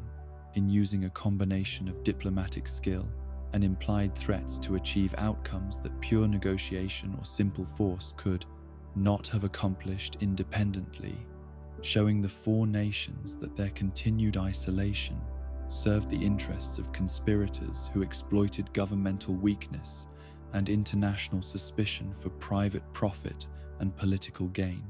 The abolition of Shang control over the port cities and their replacement with Avatar protection represented a revolutionary change in how international trade would be managed, creating new institutions that transcended national sovereignty while ensuring that commercial activities served public rather than private interests through oversight that balanced efficiency with accountability to the populations whose welfare depended upon fair and honest administration of essential economic functions. The spy network and intelligence apparatus that Yang Chen inherited from the Shangs provided her with unprecedented capabilities for monitoring international developments and identifying potential threats before they could mature into crises requiring dramatic intervention. Yet the moral implications of using such methods forced her to grapple with questions about how Avatar authority should be exercised when it involved activities that would normally be considered violations of privacy and national sovereignty. The Cold War between the isolationist kingdoms that Yang Chen gradually diffused through her control of trade cities and intelligence networks demonstrated how patient work behind the scenes could accomplish changes that dramatic public interventions might not have achieved as effectively. Yet the compromises required for such success created precedents that future avatars would need to consider carefully when determining how cosmic responsibility should be balanced with respect for legitimate governmental authority and cultural autonomy. The fragile agreements between humans and spirits that Yang Chen negotiated during her tenure required constant maintenance and adjustment as circumstances changed and new challenges emerged, showing that peace was not a permanent achievement, but rather an ongoing process that demanded continued attention and willingness to adapt established arrangements when they proved inadequate for addressing evolving situations and shifting relationships between different forms of consciousness, sharing the same world. The death that came to Yang Chen after decades of service left behind a complex legacy of diplomatic achievements and institutional innovations that had prevented major wars while creating new forms of avatar involvement in international affairs that would influence how subsequent incarnations understood their roles and responsibilities in maintaining balance between competing interests and conflicting worldviews that could never be permanently reconciled through any single intervention or comprehensive solution. The birth of Avatar Kuruk into the Northern Water Tribe in the year 345 before the Great Genocide came during a period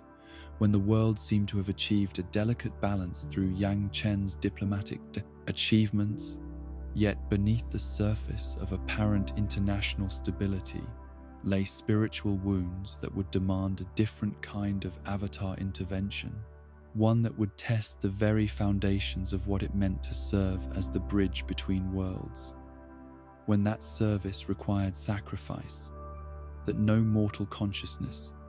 should be expected to bear willingly or survive intact. The child who emerged into the ice-carved halls of Agna carried within his developing awareness not just the accumulated wisdom of previous incarnations, but also the urgent necessity of addressing problems that his predecessors' focus on human politics had inadvertently created through well-intentioned neglect of spiritual relationships that required constant attention to maintain their fragile equilibrium. Kuruk's childhood was marked by a rebellious spirit that manifested through pranks and casual disregard for the social conventions that governed Water Tribe society. Behavior that was initially dismissed as typical adolescent acting out,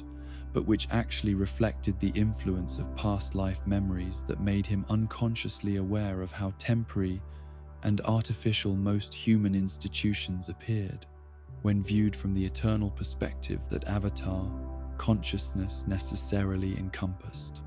His teachers and family members struggled to understand why someone blessed with such extraordinary potential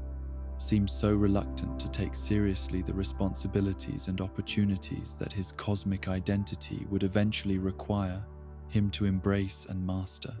The discovery of his avatar status followed the traditional timeline,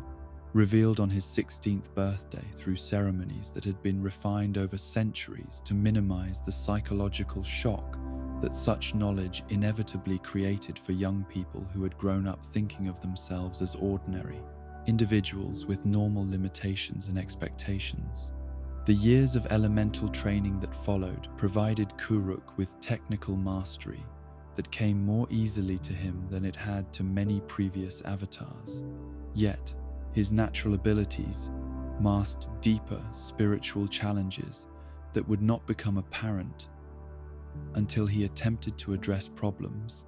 that required more than superior bending techniques to resolve effectively. The accidental destruction of an uninhabited island during his early Avatar state training served as a warning about the dangers inherent in cosmic power wielded without sufficient emotional control or clear understanding of its potential consequences, yet the incident was dismissed as an inevitable part of learning to manage abilities that no human consciousness was naturally equipped to handle safely without extensive preparation and ongoing guidance from teachers who understood both the technical and psychological aspects of such unprecedented development. The friendships that Kuruk formed with Jianzhu, Kelsang, and Heiran would become the emotional foundation that sustained him through the darkest periods of his Avatar career, providing him with companions who could offer different perspectives and complementary skills, while sharing the burden of knowledge about challenges that could not be discussed with anyone who lacked direct experience of the pressures and expectations that cosmic responsibility necessarily imposed upon anyone chosen to serve as the bridge between realms. Jianzhu's earthbending expertise was matched by his strategic intelligence and administrative capabilities, qualities that made him invaluable for handling the practical aspects of Avatar duties that required careful planning and political sophistication, rather than immediate spiritual intervention or displays of elemental mastery. His loyalty to Kuruk would survive even the most difficult periods when the Avatar's apparent irresponsibility created tensions that tested their friendship and forced difficult choices about how much support to provide for decisions that seemed to serve no constructive purpose. Kelsang's airbending mastery was complemented by his gentle wisdom and spiritual insight, providing Kuruk with access to philosophical perspectives that helped maintain connection to the deeper purposes underlying Avatar service. Even when immediate circumstances made such elevated concerns seem irrelevant to the urgent, practical problems that demanded attention and resolution through whatever means proved most effective in serving the greater good while minimizing unnecessary suffering for innocent individuals caught up in conflicts beyond their control or understanding. Heiran's firebending abilities reflected her passionate commitment to justice and her willingness to take decisive action when circumstances required intervention that gentler approaches could not accomplish. Yet her eventual marriage to someone else would create one of the deepest wounds in Kuruk's emotional life, forcing him to confront the reality that his cosmic responsibilities might require him to sacrifice personal happiness in ways that even previous avatars had not been forced to endure during their service to principles that transcended individual desires and needs. The unrequited love that Kuruk harbored for Heiran throughout their friendship added layers of complexity to their professional relationship that influenced his decision-making in ways that were not always constructive or appropriate to his role as Avatar, yet which reflected the fundamentally human nature of consciousness that could not be entirely subordinated to cosmic principles. Regardless of how noble or necessary such service might appear when viewed from abstract philosophical perspectives that failed to account for emotional realities that shaped all mortal experience and motivation. The collapse of Yang Chen's carefully negotiated treaties between humans and spirits began shortly after her death, as the spiritual entities who had agreed to her arrangements discovered that her personal authority and diplomatic skills could not be transferred to her successor, regardless of his avatar abilities and cosmic connections. The agreements had depended upon relationships and understandings that were specific to her particular approach to interdimensional diplomacy, creating precedents that could not be automatically extended to different circumstances and personalities without renegotiation and adjustment. The dark spirits that began attacking human settlements were not inherently evil entities, but rather beings whose nature had been corrupted by exposure to energies and influences that overwhelmed their normal capacity for maintaining psychological balance and ethical behavior. Their transformation from peaceful neighbors into dangerous predators reflected spiritual damage that required healing rather than simple destruction. Yet the immediate threat they posed to innocent human lives demanded responses that prioritized public safety over the long-term therapeutic needs of entities whose rehabilitation might require resources and expertise that were not immediately available. Kuruk's discovery of this growing crisis came gradually as reports of unusual spiritual activity began filtering through the intelligence networks that Yang Chen had established. Yet the pattern of attacks and the nature of the spiritual corruption involved were unlike anything that previous avatars had been required to address, demanding new approaches to conflict resolution that had never been tested under such dangerous and urgent circumstances where mistakes could cost thousands of lives while success might require personal sacrifices that seemed disproportionate to any individual's capacity for heroic service. The battles that Kuruk fought against these corrupted spirits were conducted in secrecy to prevent panic among human populations, who were not prepared to understand that the spiritual realm contained threats that even avatar power might not be able to neutralize without significant cost and risk. Yet this necessary discretion meant that his heroic service received no recognition or support from the people he was protecting, creating isolation that compounded the physical and psychological damage that such conflicts inevitably inflicted upon anyone who participated in them directly. The physical toll that spirit fighting extracted from Kuruk's body reflected the fundamental incompatibility between human flesh and the kinds of spiritual energies that were released during combat with entities whose very existence operated according to principles that differed dramatically from those governing normal material reality. Each battle left him weakened in ways that conventional rest and medical treatment could not address, creating cumulative damage that would eventually prove impossible to reverse or compensate through any known healing techniques or spiritual practices. The spiritual vitality that these conflicts consumed was even more devastating than the physical injuries, as Kuruk's life force was gradually drained by repeated exposure to corrupted energies that acted like poison upon consciousness, that had evolved to operate in harmony with natural spiritual flows,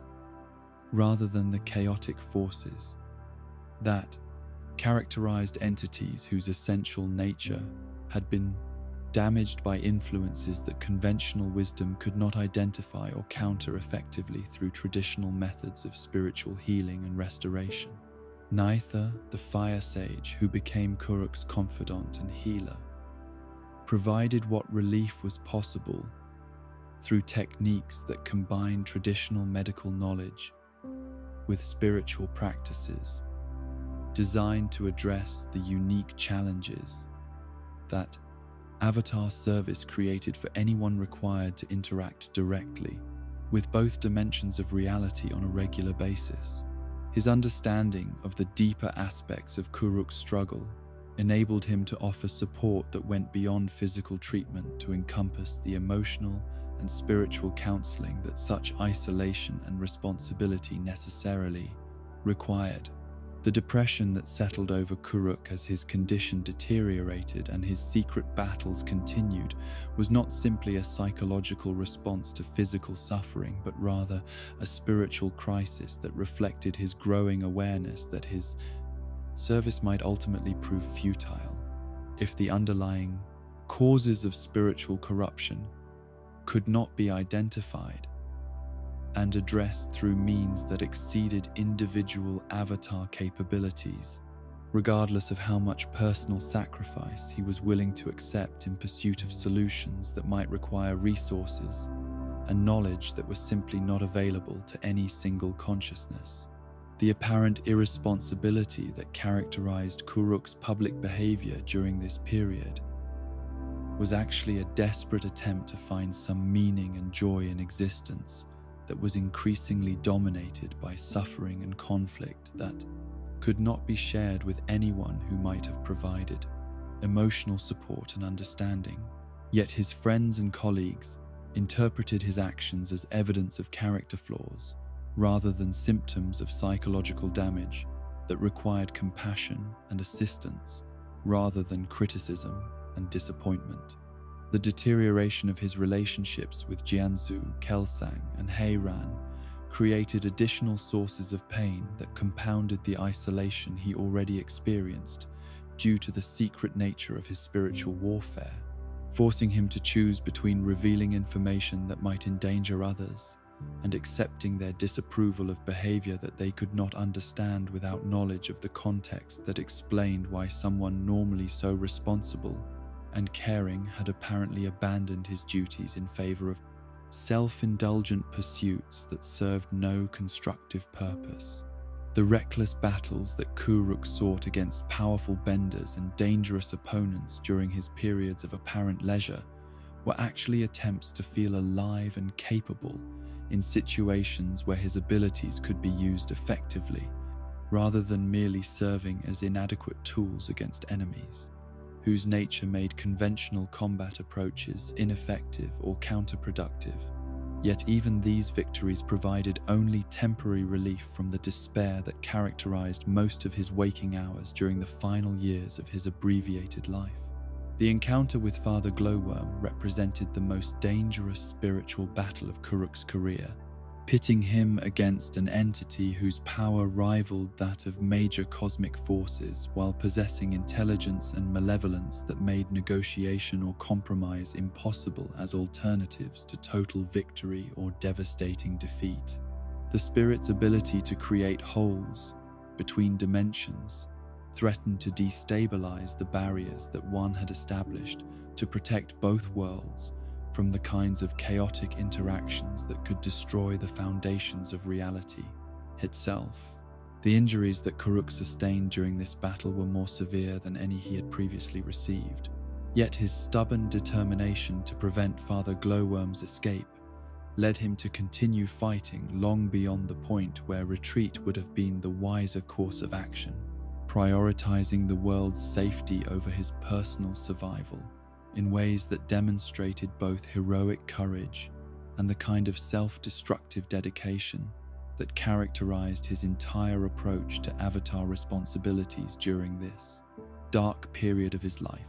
The curse that Father Glowworm placed upon Kuruk before his own retreat ensured that the spiritual damage from their battle would continue to affect the Avatar line for generations, creating vulnerabilities that would manifest in future incarnations as weaknesses or limitations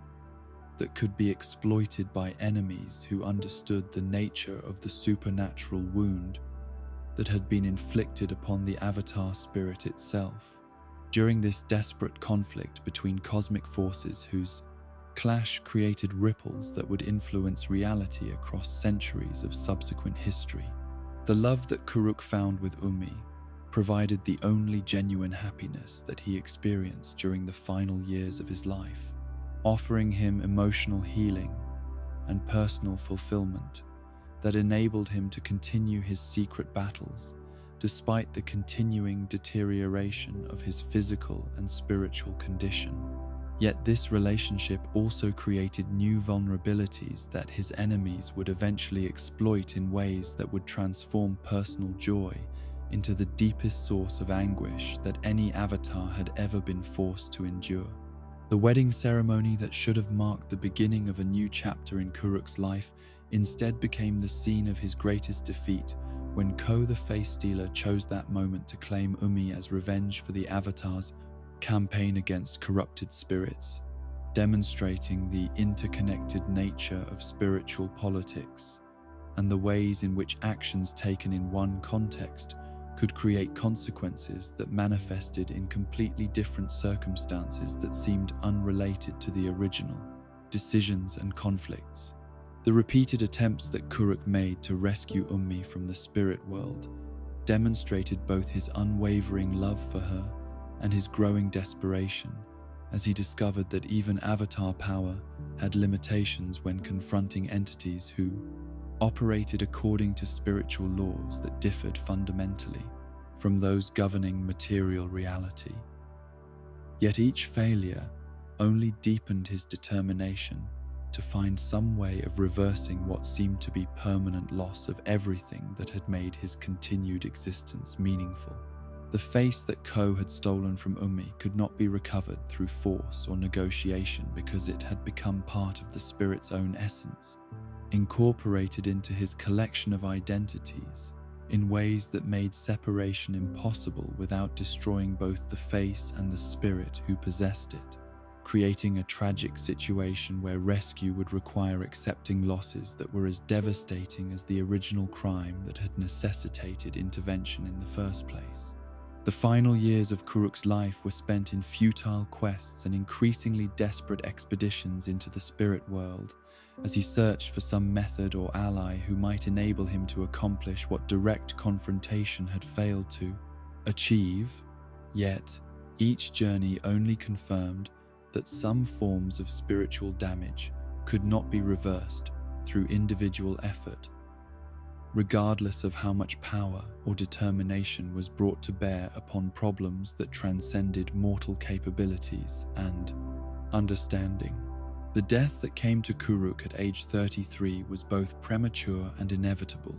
the natural consequence of a lifetime spent in battles that no human consciousness could survive indefinitely regardless of cosmic support and supernatural abilities. Yet his final act was to gather his friends and companions to provide them with instructions about finding and training his successor in ways that might prevent the next avatar from suffering similar isolation and misunderstanding during their own struggles with responsibilities that exceeded what any individual should be expected to bear alone. The legacy that Kuruk left was complex and tragic, his heroic service remaining largely unknown to the people he had protected, while his apparent failures created widespread belief that he had been a weak or irresponsible avatar who had neglected his duties in favor of personal pleasure. Yet those who understood the true nature of his sacrifice recognized him as perhaps the most selfless incarnation in Avatar history, someone who had willingly accepted destruction to preserve the world's safety and spiritual balance, despite receiving no recognition or appreciation for his efforts. The instructions that he provided to Jianzhu, Kelsang, and Heiran about supporting the next avatar reflected both his understanding of the mistakes that had been made during his own development and his hope that future incarnations might receive the kind of comprehensive preparation and ongoing support that could prevent the isolation and despair that had characterized his own experience of cosmic responsibility when it conflicted with human needs for companionship, understanding, and emotional connection to purposes that transcended abstract duty and philosophical principle. The chaos that erupted across the four nations following Kuruk's death demonstrated how much his secret battles had contributed to maintaining stability that most people took for granted. As the spiritual corruption that he had contained began manifesting in ways that affected human society directly through increased conflict between nations, whose relationships had been preserved through his individual sacrifice rather than genuine resolution of underlying tensions and competing interests that his predecessors' diplomatic achievements had papered over rather than permanently resolving. The year 312 before the Great Genocide that would forever alter the balance of the world marked both an ending and a beginning, as Avatar Kuruk's tortured consciousness finally found release from the spiritual battles that had consumed his brief life. While in a humble village on the Yokoya Peninsula, a daughter was born to parents whose own lives of wandering and performance would shape her earliest understanding of identity as something fluid and adaptable rather than fixed by birth or circumstance. Kyoshi entered the world as the child of Jasa and Hark, members of the Flying Opera Company, whose existence on the margins of respectable society provided them with perspectives on justice and survival that would profoundly influence their daughter's eventual approach to Avatar. Responsibilities that demanded both compassion for the innocent and ruthless determination to protect them from those who would exploit weakness for personal gain. The Flying Opera Company represented a unique subculture within Earth Kingdom society, combining theatrical performance with criminal enterprise in ways that challenged conventional assumptions about morality and respectability. Their members' understanding that survival often required flexibility regarding legal boundaries, while maintaining ethical codes that protected their chosen family from the kind of betrayal and exploitation that characterized relationships based purely on individual advantage rather than mutual loyalty and shared commitment to collective welfare. The decision that Jaisa and Hark made to leave their infant daughter in the care of Yokoya village reflected their understanding that the dangerous lifestyle they had chosen was unsuitable for raising a child, yet their absence would create abandonment issues that would influence Kyoshi's development in ways that made her both fiercely independent and desperately hungry for the kind of stable relationships that her early experiences had taught her could disappear without warning or explanation, leaving her to survive through her own resourcefulness and determination. The villagers' subsequent abandonment of Kyoshi, when she was still young enough to require adult care, demonstrated the casual cruelty that ordinary people could display toward those who lacked family connections or social status to protect them from indifference and neglect, forcing her to develop survival skills and self-reliance that would serve her throughout her extraordinary life,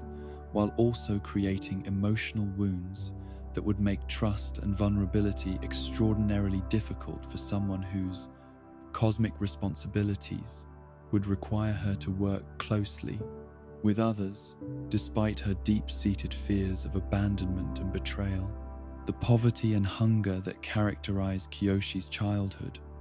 were not mere hardships to be endured, but formative experiences that taught her about the reality of powerlessness and the ways in which social systems could fail the most vulnerable members of society, while protecting and enriching those who were already privileged by birth or circumstance, lessons that would later influence her approach to Avatar duties by making her acutely sensitive to injustices that other leaders might dismiss as inevitable or acceptable costs of maintaining stability and order. The search for the new Avatar that Jianzhu and Kelsang conducted following Kuruk's death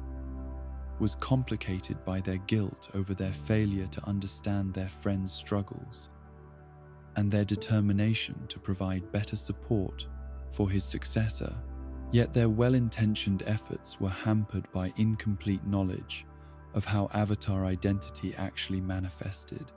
and the assumption that cosmic consciousness would necessarily appear in forms that matched their expectations rather than challenging their preconceptions about what such tame, extraordinary individuals should look like or how they should behave. The brief encounter between the searching masters and the homeless child Kyoshi in 305 before the genocide provided no indication of her true identity,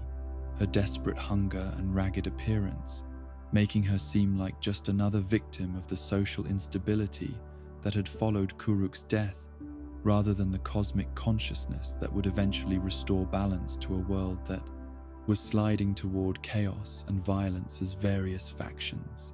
competed for power and advantage, without regard for the suffering their conflicts created for innocent populations. The Yellow Neck Rebellion that erupted during this period represented the kind of popular uprising that occurred when governmental authority became too weak or corrupt to maintain the social contract that made civilized life possible, yet their methods and objectives demonstrated how legitimate grievances could be twisted into justifications for violence that ultimately harmed the very people they claimed to be protecting, while enriching their leaders and creating opportunities for even worse forms of exploitation and oppression. to emerge from the chaos that revolution inevitably created. Jianzhu's brutal suppression of the Yellow Necks through tactics that killed 5,000 rebels by burying them alive established his reputation as someone willing to use overwhelming force to maintain order regardless of the moral implications of such methods. Yet, his actions also demonstrated the kind of pragmatic ruthlessness that the deteriorating international situation seemed to require from leaders who prioritized stability over abstract principles of justice and proportional response to threats that endangered entire populations. The imprisonment of Xu Ping'an in the Fire Nation for study of his lightning generation abilities represented the kind of clinical exploitation that characterized how benders with unusual talents were often treated by authorities who viewed them as resources to be examined and utilized rather than individuals whose rights and dignity deserved protection,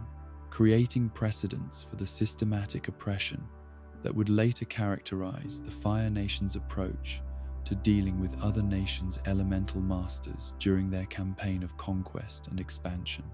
Tagaka's emergence as leader of the surviving Fifth Nation pirates following her predecessors' defeats by Jianzhu and Kelsang demonstrated how criminal organizations could adapt and evolve in response to external pressure while maintaining their essential character and objectives. Her success in defeating Earth Kingdom naval forces and raiding the Southern Water Tribe, showing that unconventional tactics and superior knowledge of ocean conditions could overcome apparent disadvantages in resources and numbers when employed by leaders with sufficient intelligence and determination. The War of Secrets and Daggers that consumed the Earth Kingdom royal family during this period illustrated how governmental dysfunction at the highest levels could create opportunities for ambitious individuals to pursue power through violence and betrayal rather than legitimate political processes. The hiring of assassins to eliminate rivals, demonstrating how quickly civilized institutions could deteriorate when those responsible for maintaining them abandoned ethical constraints in favor of expedient solutions to political challenges and personal conflicts. The tragic death of Kiyoshi's parents from disease during this chaotic period removed any possibility of reunion with the people who had given her life, while also eliminating potential sources of information about her heritage and identity that might have helped her understand her place in the world during the difficult years when she struggled to survive without family support or social connections that could have provided guidance and protection during her vulnerable youth. The Flying Opera Company's mourning for Jaisa and Hark demonstrated the genuine bonds of affection and loyalty that could exist within communities that society dismissed as criminal enterprises, their grief showing that people who lived outside conventional moral boundaries were still capable of love and loss that was as profound and meaningful as anything experienced by those who enjoyed social respectability and legal protection for their activities and relationships. The mistaken identification of Yun as the Avatar represented a catastrophic error that would have profound consequences for everyone involved.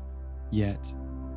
it was understandable given the limited knowledge available about how Avatar identity manifested, and the pressure that Kuruk's companions felt to find his successor before the continuing deterioration of international stability created crises that only Avatar intervention could resolve. Effectively, Yun's mastery of Pai Sho strategy that had been developed by Kuruk provided compelling evidence of reincarnation that seemed to confirm his identity, despite the absence of other traditional indicators. The adoption of Kiyoshi by Kelsang represented the first genuine kindness that she had experienced since her abandonment by the Yokoya villagers,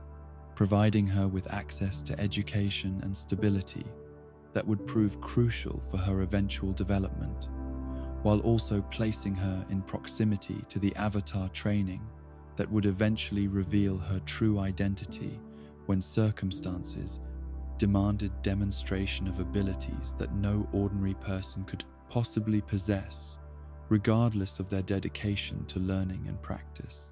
The mansion on the Yokoya Peninsula that became the center of Avatar training operations represented luxury and security that exceeded anything Kyoshi had previously experienced. Yet her position as servant and bodyguard to someone she believed to be the Avatar created complex emotions about her own worth and potential that would influence her self-perception throughout her extraordinary life, making her simultaneously grateful for opportunities she had received and resentful of limitations that seemed to be imposed by social class and birth, rather than individual merit or capability. The friendship that developed between Kyoshi, Yun, and Rangi during this period provided all of them with emotional support and companionship that helped offset the pressures created by Avatar training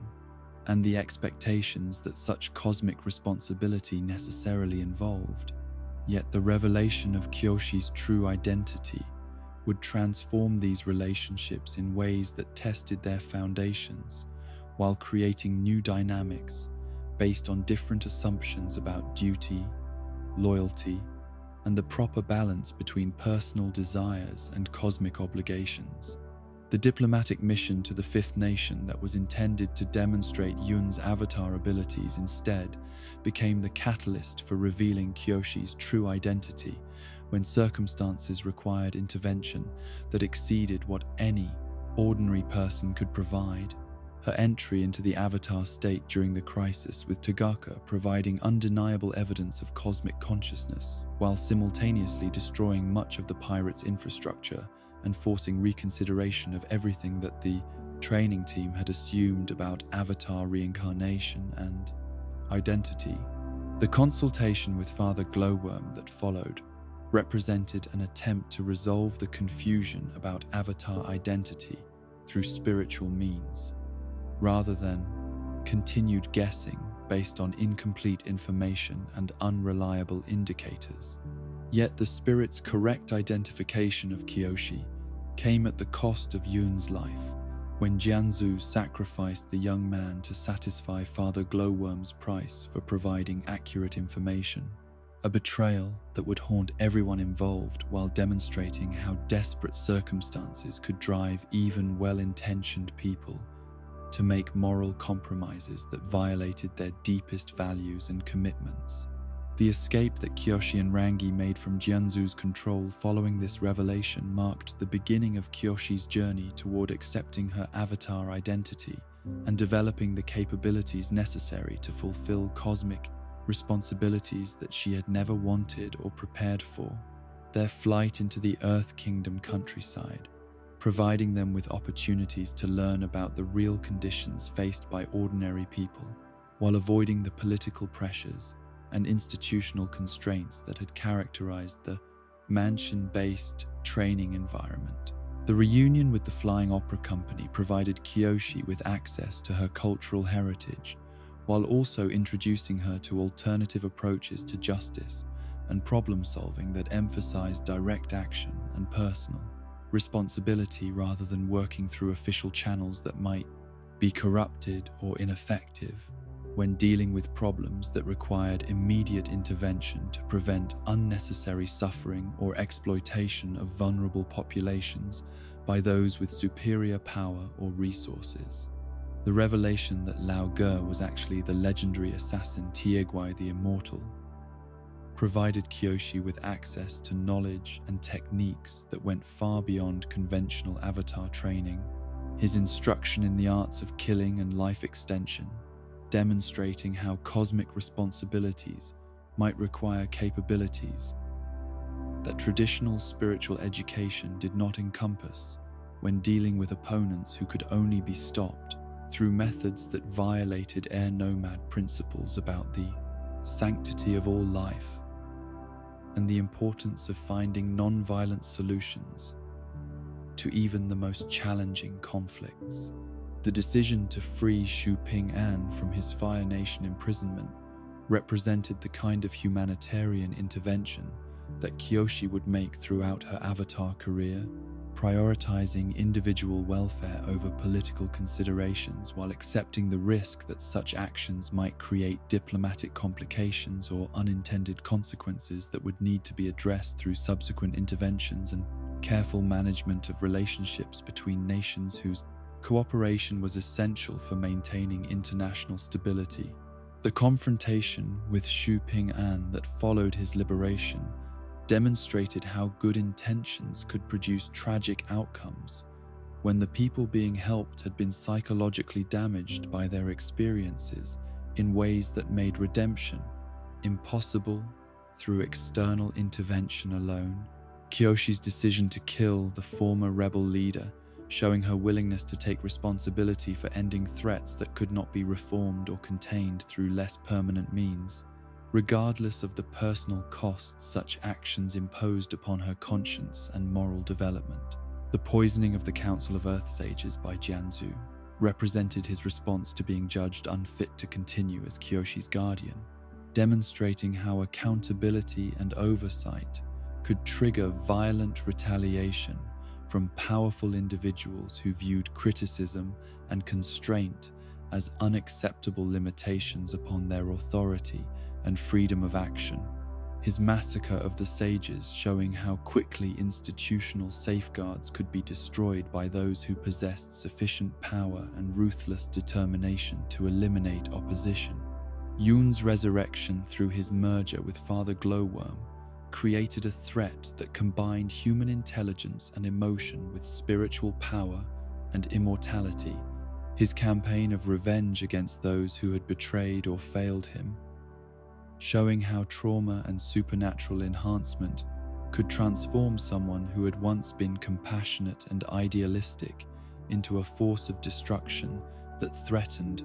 everyone associated with his previous life and the institutions that had shaped his development before his apparent death and spiritual transformation. The confrontation in the tea house at Qingchao village that brought together Kyoshi, Jianzhu, and the resurrected Yun represented the culmination of conflicts and betrayals that had been building since the mistaken identification of the Avatar.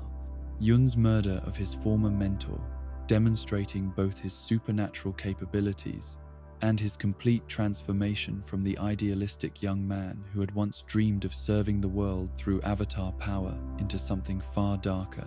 and more dangerous than anyone had anticipated. The year that followed provided Kyoshi with opportunities to develop her Avatar abilities through practical application to real-world problems that required both elemental mastery and moral judgment. Her defeats of pirate fleets, bandit groups, and corrupt officials in Ba Sing Se, showing how cosmic power could be used to address injustices that conventional authorities were unwilling or unable to resolve through normal, legal and political processes that often favored the wealthy and connected over ordinary citizens seeking basic protection and fair treatment. The festival of Seto that was meant to honor a previous Avatar instead became the scene of Yun's attempt to destroy everyone associated with his betrayal and replacement. The hostage situation and murders that followed, demonstrating how personal vengeance could escalate into international incidents that threatened the delicate relationships between nations whose cooperation was essential for preventing larger conflicts that might consume entire regions in warfare, that would dwarf the immediate casualties created by individual acts of terrorism or political violence. The Camellia Peony War that erupted following the deaths at the festival showed how seemingly minor incidents could trigger major international conflicts when they occurred during periods of heightened tension and mutual suspicion, the diplomatic crisis requiring careful management to prevent escalation into full-scale warfare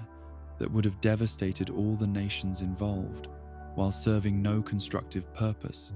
beyond satisfying desires for revenge and demonstrations of national strength and prestige. The final confrontation with Yun at Yokoya village forced Kyoshi to choose between her former friend and the safety of innocent people who would suffer if his campaign of revenge continued. Her decision to kill someone she had once cared about, deeply showing the terrible costs that Avatar responsibilities could impose upon individual relationships and personal happiness when cosmic duties conflicted with private loyalties,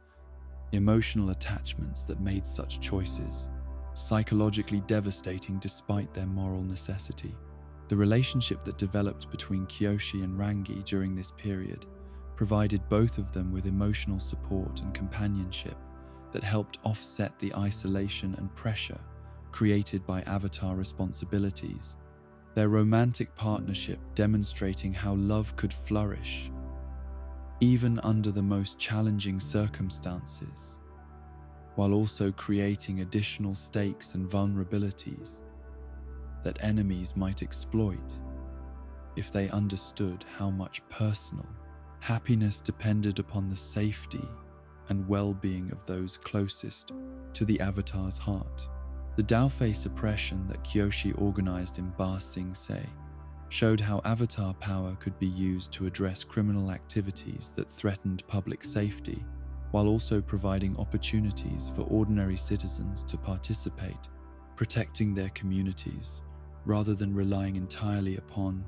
governmental authorities who might lack the resources or motivation necessary to deal effectively with problems that required sustained effort and local knowledge to resolve permanently,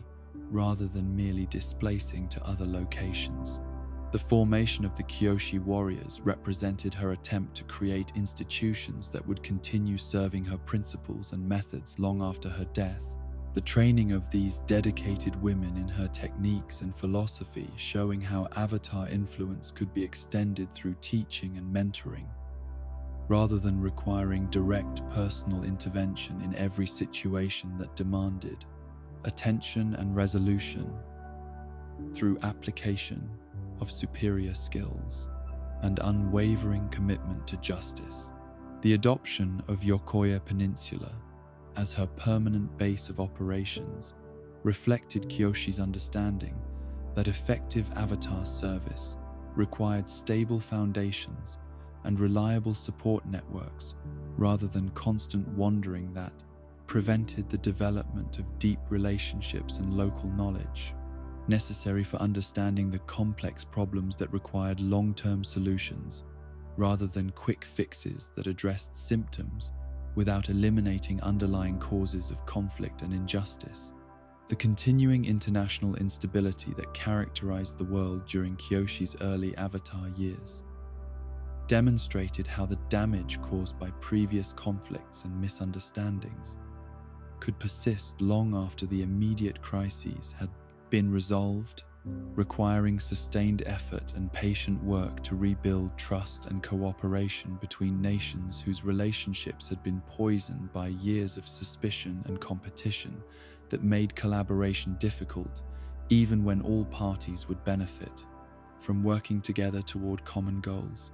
The loss of Air Nomad's spiritual sites due to long-term consequences of Kuruk's battles against dark spirits showed how even heroic service could create unintended casualties that manifested years or decades after the original conflicts. The gradual deterioration of sacred locations, representing permanent losses of cultural and spiritual resources that could not be recovered through any amount of effort or dedication to restoration and preservation of traditional practices and knowledge. The closure of the Northern Air Temple's borders following the Camellia Peony War represented the kind of isolation and withdrawal that occurred when communities felt threatened by external conflicts that they had not chosen but which nevertheless affected their safety and ability to maintain their traditional ways of life without interference or contamination by political considerations that seemed irrelevant to their spiritual purposes and commitments. The attack on Ember Island by the Fifth Nation pirates demonstrated how criminal organizations could exploit international tensions and governmental weakness to expand their activities and influence while avoiding the kind of coordinated response that might have been possible if the affected nations had been able to cooperate effectively rather than viewing each other with suspicion and competing for advantage rather than working together against common threats. The rise of Qin the Conqueror represented exactly the kind of challenge that Avatar intervention was designed to address. His rebellion against Earth Kingdom authority and conquest of most of the continent, showing how individual ambition combined with military capability could threaten the stability and welfare of entire populations when governmental institutions proved inadequate to contain threats that transcended normal political and legal boundaries. The confrontation between Kyoshi and Qin that resulted in the creation of Kyoshi Island demonstrated both the power and the moral complexity of Avatar intervention when dealing with opponents whose methods were unacceptable but whose grievances might have some legitimate foundation. The accidental death that occurred during their battle, showing how even carefully controlled applications of elemental mastery could produce unintended consequences that created new problems while resolving immediate threats. The peasant uprising in Ba Sing Se that followed Qin's death reflected the continuing social tensions and inequalities that made popular revolutions seem attractive to people who had been excluded from political participation and economic opportunity. Their storming of the upper ring, representing direct challenge to established hierarchies and power structures that had failed to serve the needs and interests of ordinary citizens who comprised the majority of the population, but exercised minimal influence over governmental decision. The compromise that Kyoshi negotiated between the Earth King and the rebels showed her growing sophistication in finding solutions that addressed underlying causes of conflict rather than merely suppressing symptoms through displays of POSIX symptoms. Superior force, her proposal for constitutional reforms and Dai creation, providing frameworks for ongoing governance that balance different interests and needs, while establishing mechanisms for preventing future crises through institutional rather than purely personal approaches to maintaining stability and justice. The artificial extension of her lifespan through techniques learned from Lao Ge represented both practical necessity and moral compromise, enabling her to provide continuity and stability that the world required, while also changing her fundamental relationship to mortality and human experience in ways that would influence her decision-making and character development. Throughout the centuries that followed, transforming her from ordinary human with cosmic responsibilities into something closer to an immortal guardian whose perspective transcended normal limitations of individual lifetime and immediate concerns. The criticism that her airbending companion, Disha, voiced about the changes that extended life was creating in Kyoshi's character reflected legitimate concerns about how immortality or near immortality might corrupt even the most well-intentioned individuals by removing natural constraints upon power and reducing empathy for mortals whose brief lifespans created urgencies and priorities that seemed insignificant when viewed from perspectives measured in centuries rather than decades. The cycle of violence that Kyoshi's increased willingness to kill created demonstrated how even justifiable uses of lethal force could generate responses that made future violence more likely rather than less. Her reputation for decisive action, attracting both those who sought her protection and those who viewed her as a threat that needed to be eliminated before she could interfere with their own plans and ambitions, creating ongoing conflicts that required constant vigilance and intervention. The eventual death that came to Kyoshi after 230 years of service represented both natural conclusion and mysterious transition. The uncertainty about what finally ended her extended life reflecting the complex relationship between artificial longevity and spiritual destiny that even Avatar consciousness could not fully control or predict her passing, marking the end of an era while creating space for new approaches to cosmic responsibilities that would be shaped by different circumstances and challenges than those that had defined her extraordinary tenure as the bridge between worlds. The year 82 before the Great Genocide marked both profound loss and hopeful beginning, as Avatar Kyoshi's extraordinary reign of 2 centuries and 30 years finally drew to its mysterious close. While in the Fire Nation capital, twins were born to a noble family whose bloodline carried within it the seeds of both creation and destruction that would shape the world's destiny for generations yet to come. The infant who would become Avatar Roku emerged into existence alongside his brother Yasu, their simultaneous birth creating bonds of affection and shared experience that would provide emotional foundation for a childhood blessed with privilege and opportunity, yet shadowed by the cosmic responsibility that one of them would eventually be called upon to bear for the welfare of all nations and peoples. On that same day of double birth, Prince Sozin drew his first breath in the royal palace, his arrival marking the continuation of a Fire Nation dynasty that had maintained relative stability and prosperity for centuries, while remaining largely isolated from the international conflicts and spiritual crises that had characterized other regions during Kyoshi's long tenure as Avatar, yet whose future actions would transform the archipelago from peaceful kingdom into the engine of conquest and devastation that would consume the world in warfare, unprecedented in its scope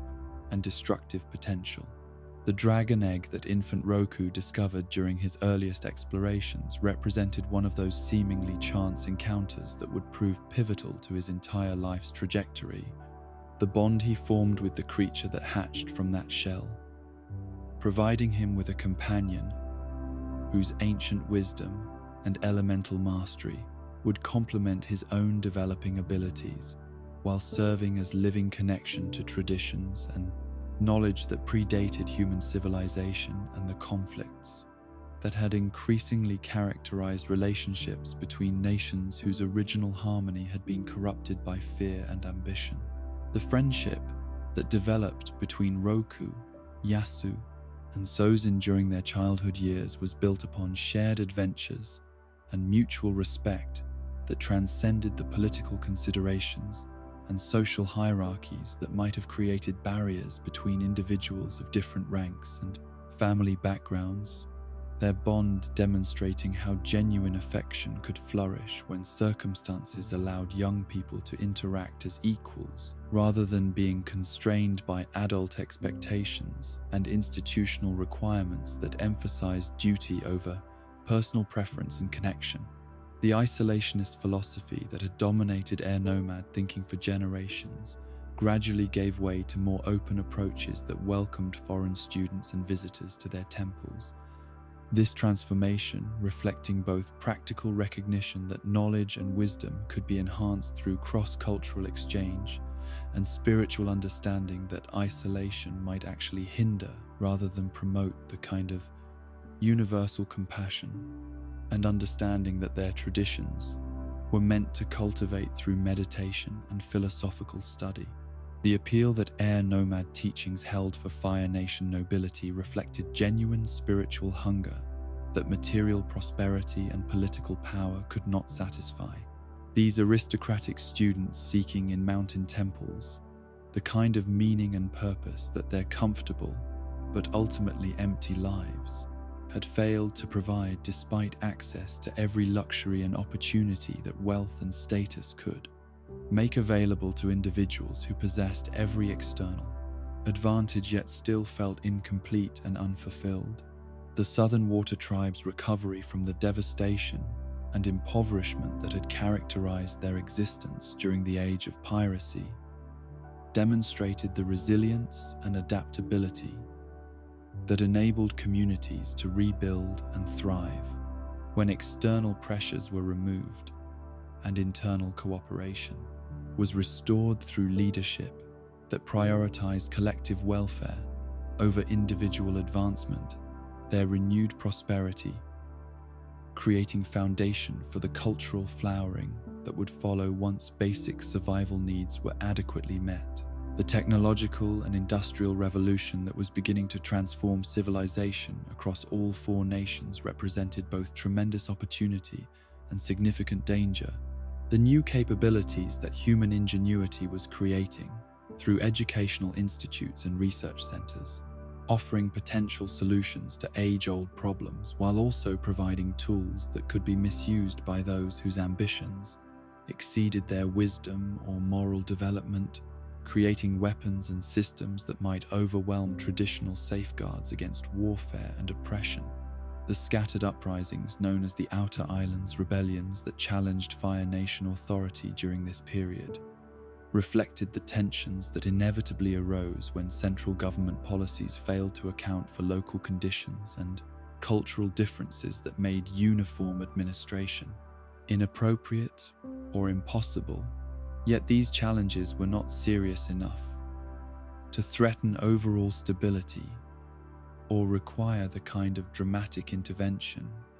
that more fundamental conflicts would have demanded from leadership willing and able to address underlying causes rather than merely suppressing symptoms. The constitutional changes that the Earth King implemented despite objections from the Earth Sages demonstrated how political authority could be used to override institutional checks and balances when rulers became convinced that their judgment was superior to traditional constraints upon governmental power.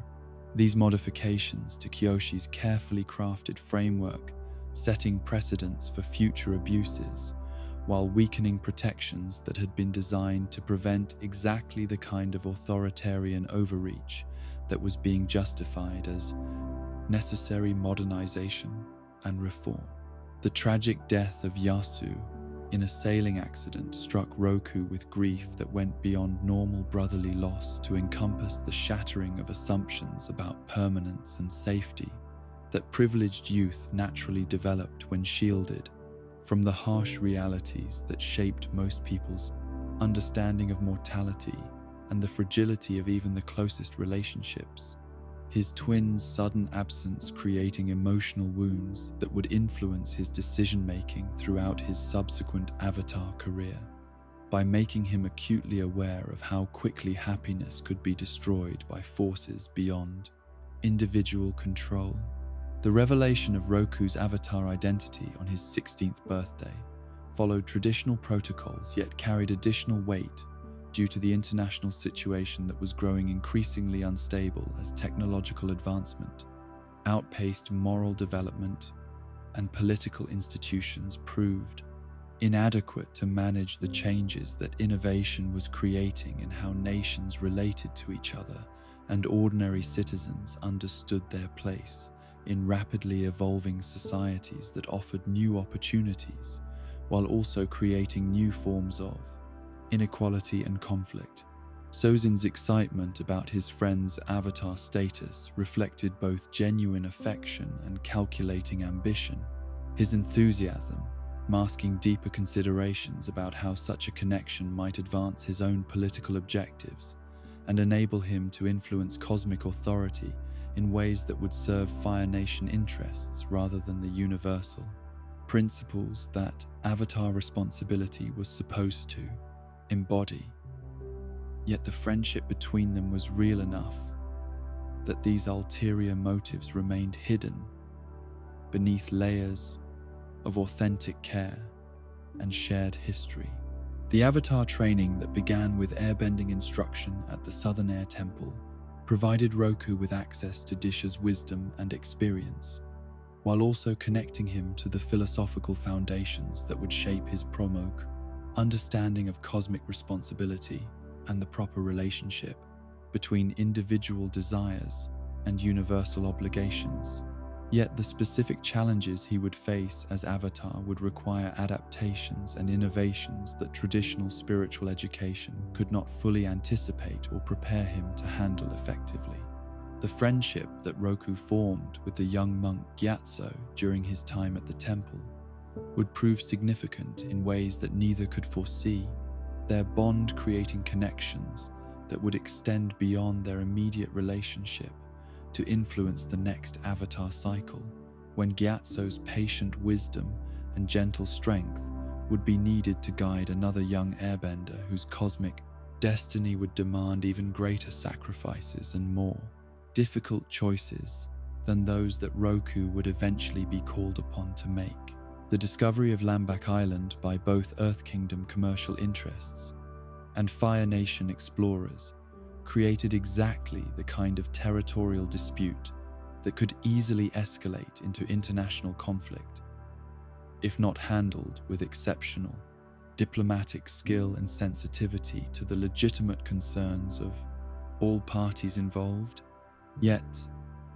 the island's unique status as one of the few remaining locations where mixed bending cultures had survived made it particularly significant for preservation of diversity and cultural knowledge that might otherwise be lost to the Prus, homogenizing pressures of national expansion.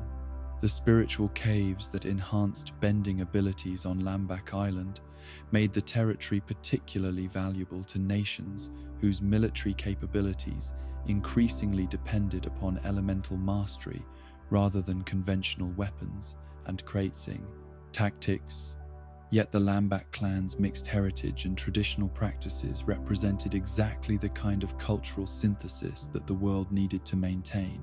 if the artificial boundaries between nations were ever to be overcome through understanding and cooperation rather than conquest and forced assimilation. Sozin's manipulation of Roku's involvement in the Lambak situation demonstrated both his growing political sophistication and his willingness to exploit their friendship for strategic advantage. His success in convincing the Avatar to support Fire Nation claims, while maintaining plausible deniability about ulterior motives, showing how trust and affection could be weaponized by those who viewed relationships as tools for advancing personal ambitions rather than sources of mutual enrichment and support. The victory over Earth Kingdom forces that Sozin engineered through Roku's participation achieved immediate tactical objectives while creating precedents for Avatar involvement in territorial disputes that would complicate future efforts to maintain neutrality and impartiality when cosmic responsibility conflicted with national loyalties and personal relationships that made objectivity difficult or impossible to maintain under pressure from competing interests and moral obligations. The death of the Lambak clan chief during the conflict represented exactly the kind of unintended consequence that Avatar intervention could produce when superior power was applied to complex situations without adequate understanding of local conditions and cultural sensitivities. Roku's role in this tragedy, creating guilt and regret that would influence his subsequent decision-making by making him more cautious about using force, even when circumstances seemed to demand decisive action. The compromise solution that preserved Lambak's nominal independence while incorporating it into the Fire Nation as a special administrative region satisfied no one completely while serving everyone's minimal interests, demonstrating how diplomatic creativity could resolve apparently intractable conflicts through arrangements that transcended traditional categories and created new models for international relationships that might eventually be applied to other disputed territories and competing claims. The Night of the Silent Sages that eliminated the Earth Kingdom's traditional spiritual advisors represented governmental consolidation of power that removed important checks upon royal authority while creating opportunities for corruption and abuse that the sages had been specifically designed to prevent through their independence and moral authority. the Earth King's decision to replace them with Grand Electors, loyal to his administration, showing how institutional safeguards could be systematically dismantled by rulers who viewed accountability as obstacle rather than protection. The opposition that the Queen of Omashu mounted against these authoritarian developments demonstrated both personal courage and institutional loyalty to principles that transcended immediate political convenience, a willingness to risk war rather than accept the destruction of traditional limitations upon royal power, showing how some leaders understood that preserving fundamental values required accepting significant personal and political costs. When circumstances demanded choosing between expedience and integrity, Sozin's ascension to Fire Lord following his father's death marked the beginning of a transformation that would eventually engulf the world in conflict. Yet his initial popularity reflected genuine achievements in domestic policy, and his success in handling challenges like the Lambak situation in ways that enhanced Fire Nation prestige, while avoiding obvious violations of international law or diplomatic protocol that might have triggered immediate retaliation from other nations concerned about expansionist ambitions. The consolidation of Fire Nation authority that Sozin accomplished through elimination of noble house rebellions and programs to improve conditions for the poorest citizens demonstrated both administrative competence and strategic intelligence. His understanding that internal stability required addressing legitimate grievances while preventing opposition from organizing effectively against central authority, showing political sophistication that made him formidable opponent for anyone who might eventually challenge his more ambitious plans for regional dominance. The technological development that characterized Sozin's early reign created genuine improvements in living standards and economic opportunity for Fire Nation citizens, while also providing military advantages that would prove crucial for future expansion. The coal-powered fleet and industrial infrastructure representing innovations that enhanced both defensive capabilities and offensive potential in ways that other nations were slow to recognize or counter through their own development programs. The resource competition that resulted from Fire Nation technological advancement created tensions with other nations whose territories contained materials necessary for continued industrial growth. Sozin's territorial claims on Earth Kingdom and Water Tribe lands representing early manifestations of the expansionist ambitions that would eventually justify themselves through ideological arguments about spreading prosperity and civilization to peoples who were supposedly incapable of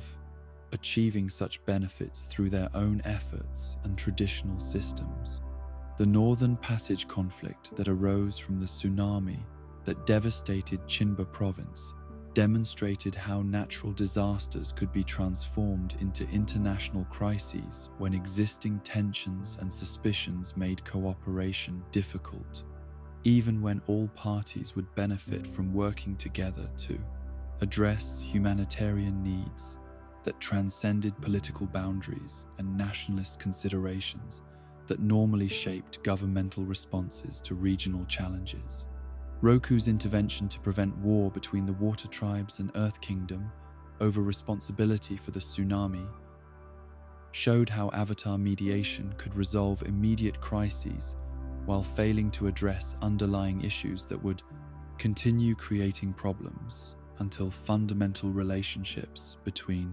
nations were reformed through sustained diplomatic effort and institutional changes that went beyond temporary agreements and personal assurances from current leaders whose successors might not honor commitments made under different circumstances. The tax that Chinba's governor imposed on Water Tribe goods following the resolution of the immediate crisis created ongoing economic warfare that achieved the practical effects of military conflict while maintaining plausible legal justification. The transformation of Water Tribe commerce into contraband, demonstrating how bureaucratic measures could accomplish political objectives that direct aggression might not achieve. without triggering responses that would be difficult to manage or control. The renunciation of title and wealth by Sozin's sister Zazan in order to marry the airbender Kandro represented exactly the kind of cross-cultural relationship that offered hope for reducing tensions between nations through personal connections that transcended political boundaries. Yet her deliberate choice to damage her brother's reputation showed how family relationships could become casualties of larger conflicts between individual conscience and institutional loyalty when circumstances forced people to choose between private affection and public duty. Sozin's organization of dragon hunts as entertainment for nobility reflected both his understanding of how spectacle could maintain political support and his willingness to sacrifice ancient wisdom and natural beauty for immediate popularity and social cohesion. The near extinction of dragons that resulted from these recreational massacres, eliminating sources of knowledge and spiritual guidance that had served human civilization for millennia, while demonstrating the destructive potential of organized leisure activities that treated living beings as mere objects for entertainment. The Sun Warriors' retreat into complete isolation following the systematic slaughter of dragons represented loss of cultural knowledge and elemental wisdom that could never be fully recovered. Their withdrawal from contact with the outside world, eliminating opportunities for learning and exchange that might have prevented or mitigated the catastrophic conflicts that would soon engulf the entire world in warfare that would make the dragon hunts seem like minor tragedies in comparison to the devastation that was approaching. The marriage between Roku and Tarmin provided him with emotional stability and personal happiness that helped balance the growing pressures created by international tensions and his increasing awareness that his friendship with Sozin was becoming complicated by political considerations that made their previous easy companionship difficult to maintain when personal loyalty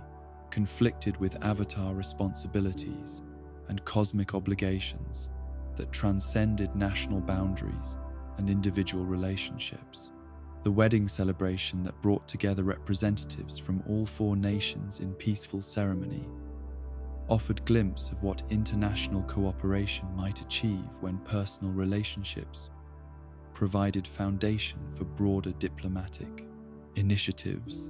Yet Sozin's speech about worldwide Fire Nation Empire during the festivities revealed how even such hopeful moments could be corrupted by ambitions that viewed friendship and trust as tools for advancing hidden agendas rather than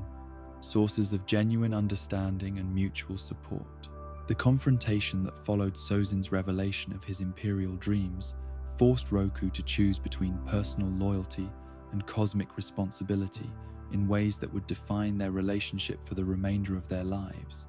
His decision to forbid expansion while maintaining friendship, showing how avatar duties could create impossible emotional conflicts that had to be resolved through painful choices that satisfied neither individual desires nor universal principios completely. The colonies that Sozin established, despite Roku's prohibition, represented direct challenge to avatar authority that tested the limits of cosmic power when applied to opponents who combined superior resources with intimate knowledge of the avatar's psychological vulnerabilities and moral constraints. The secret nature of these settlements showing how determined enemies could exploit avatar reluctance to use overwhelming force against people they had once considered friends and allies. The discovery of the first colony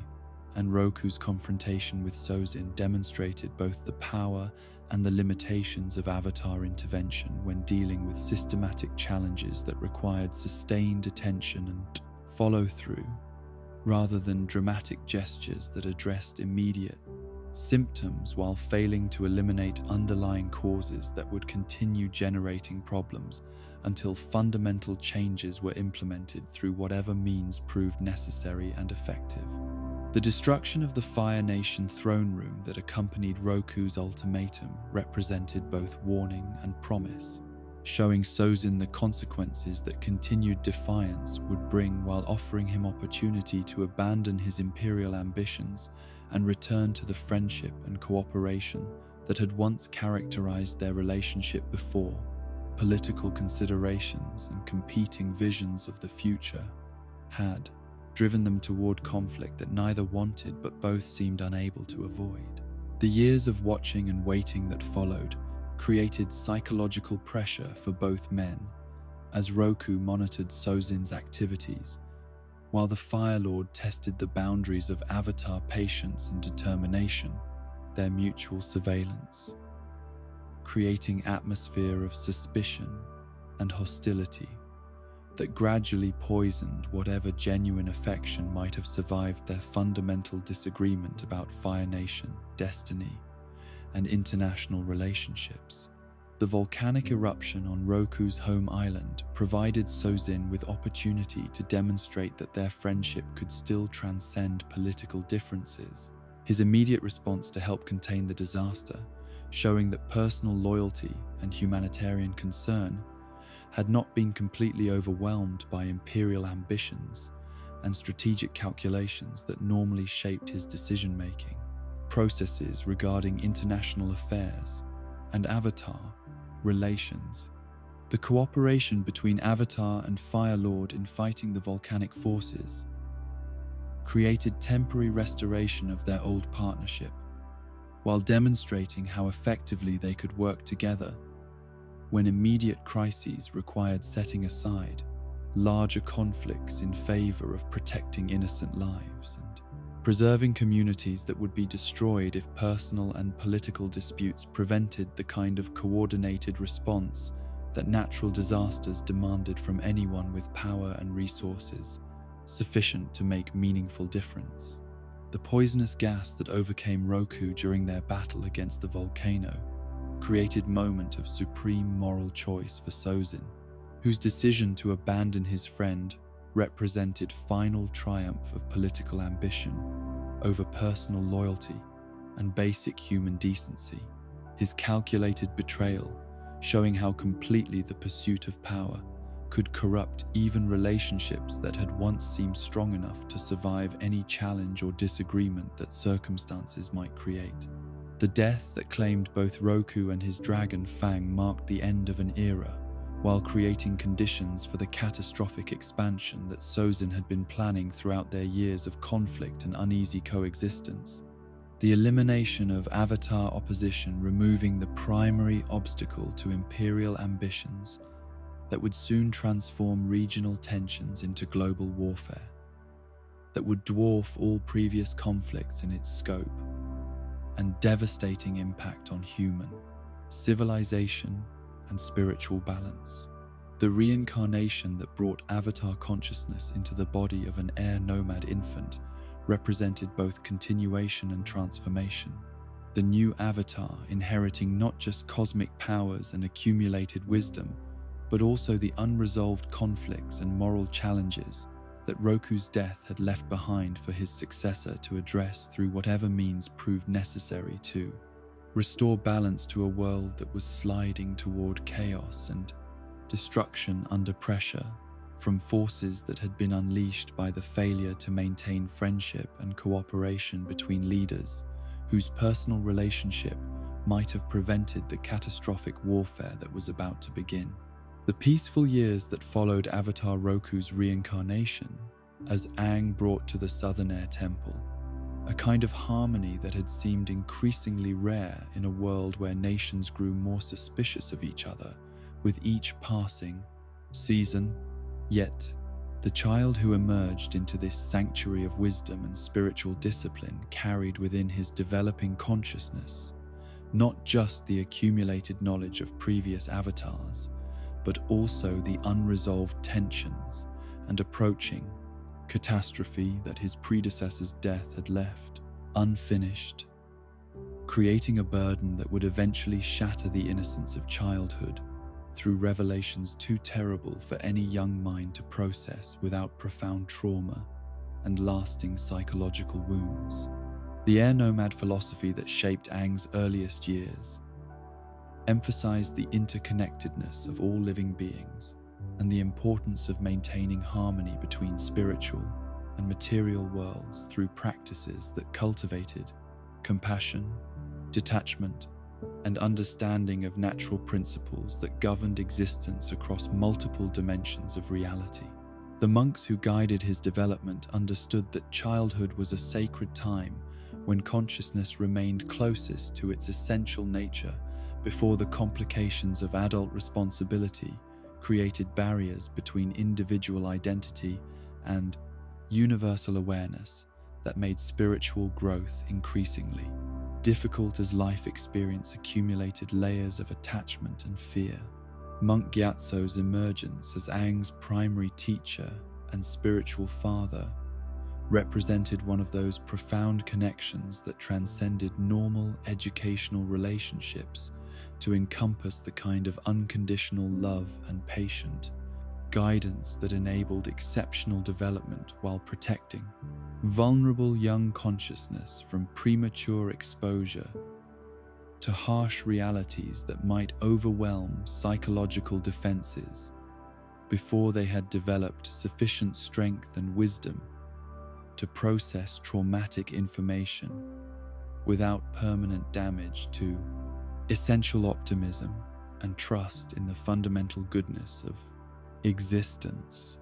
The unique combination of playfulness and wisdom that characterized Gyatso's approach to spiritual education reflected his understanding that joy and humor were as important as meditation and philosophical study for developing the Bain, kind of balanced personality that could handle cosmic responsibility without losing essential humanity, his laughter echoing through temple halls as frequently as his prayers, while demonstrating that enlightenment did not require abandonment of delight in simple pleasures and spontaneous moments of shared happiness between teacher and Bea student. The airbending mastery that Aang displayed from his earliest lessons exceeded anything that previous air nomad prodigies had achieved at comparable ages, his natural affinity for his element manifesting through techniques that seemed to emerge from intuitive understanding rather than careful study of traditional forms and philosophical principles. Yet his technical excellence was balanced by spiritual development that emphasized service to others and protection of all living beings rather than mere demonstration of superior power and individual achievement. The invention of the air scooter during a moment of playful experimentation represented more than technical innovation. It embodied the air nomad principle that tradition should inspire rather than constrain individual creativity. That mastery meant transcending established patterns to discover new possibilities that served practical purposes while expressing personal understanding of elemental relationships and natural principles that governed the interaction between consciousness and physical forces operating according to laws that extended beyond immediate material concerns. The travels that took Aang throughout the Four Nations during his childhood provided him with direct experience of cultural diversity and human goodness that would later sustain his faith in the possibility of peace even during the darkest periods when warfare and hatred seemed to have corrupted every relationship between peoples who had once viewed each other as neighbors and potential friends rather than enemies whose very existence threatened security and prosperity that required constant vigilance and preparation for conflict to maintain and protect. The friendship that Aang formed with Bumi during his visit to Omashu demonstrated how genuine affection could develop between individuals from different nations when circumstances allowed them to interact without the political pressures and cultural expectations that normally shaped such relationships. their shared adventures and philosophical discussions creating bonds that would survive a century of separation and warfare, while proving that understanding and mutual respect could transcend even the most dramatic changes in external circumstances and political allegiances. The connection with Kuzon in the Fire Nation provided Aang with personal knowledge of Fire Nation culture during the final years before war transformed it beyond recognition. Their exploration of volcanic caves and searches for dragons creating memories that would later enable him to distinguish between the essential character of Fire Nation people and the corrupt ideology that would eventually be imposed upon the Eslis, them through propaganda and institutional pressure that transformed natural curiosity and warmth into suspicion and aggressive nationalism that served political ambitions rather than genuine cultural values. The bond that developed between Aang and Appa represented perfect partnership between human and animal consciousness, their connection transcending normal relationships between airbenders and sky bison, to encompass mutual understanding and spiritual alignment that made separation feel like losing essential parts of their individual identities. Their flight together through mountain air, providing both practical transportation and transcendent experience of freedom that embodied air nomad ideals about liberation from earthly attachments and limitations that constrained less enlightened approaches to existence. The formal recognition of Aang's mastery through the awarding of airbending tattoos at age 12 marked unprecedented achievement that reflected not just technical skill, but deeper understanding of philosophical principles that made such early advancement possible. Yet the blue arrows that marked his forehead, hands, and feet carried spiritual significance that went beyond personal accomplishment to indicate cosmic responsibility that would eventually transform every aspect of his life in ways that even traditional avatar training could not adequately prepare him to handle successfully. The ceremonies that celebrated his achievement were both joyful recognition of exceptional development and solemn acknowledgement of burdens that such gifts necessarily imposed upon anyone whose abilities exceeded normal human limitations. The traditional rituals serving to integrate individual accomplishment into community celebration, while emphasizing ongoing obligations to serve others, rather than pursuing personal aggrandizement or using superior capabilities for selfish purposes that violated spiritual principles underlying all. Authentic mastery. The daily rhythms of temple life provided structure that supported Aang's continued growth while preserving the playful energy that made him beloved among children and adults alike. Morning meditations, teaching him to find stillness within movement, while afternoon training sessions challenged his developing abilities through exercises that emphasized cooperation rather than competition, harmony rather than domination, understanding rather than mere technical proficiency in manipulation of elemental forces according to established patterns and traditional applications. The stories that filled evening gatherings transmitted air nomad cultural heritage through oral traditions that made learning feel like entertainment while preserving essential knowledge about previous avatars and spiritual principles that would guide future development. These tales emphasizing human qualities of legendary figures rather than supernatural abilities that might seem beyond normal reach, showing how greatness emerged from ordinary virtues rather than cosmic powers that operated outside normal, moral, and psychological frameworks that shaped individual character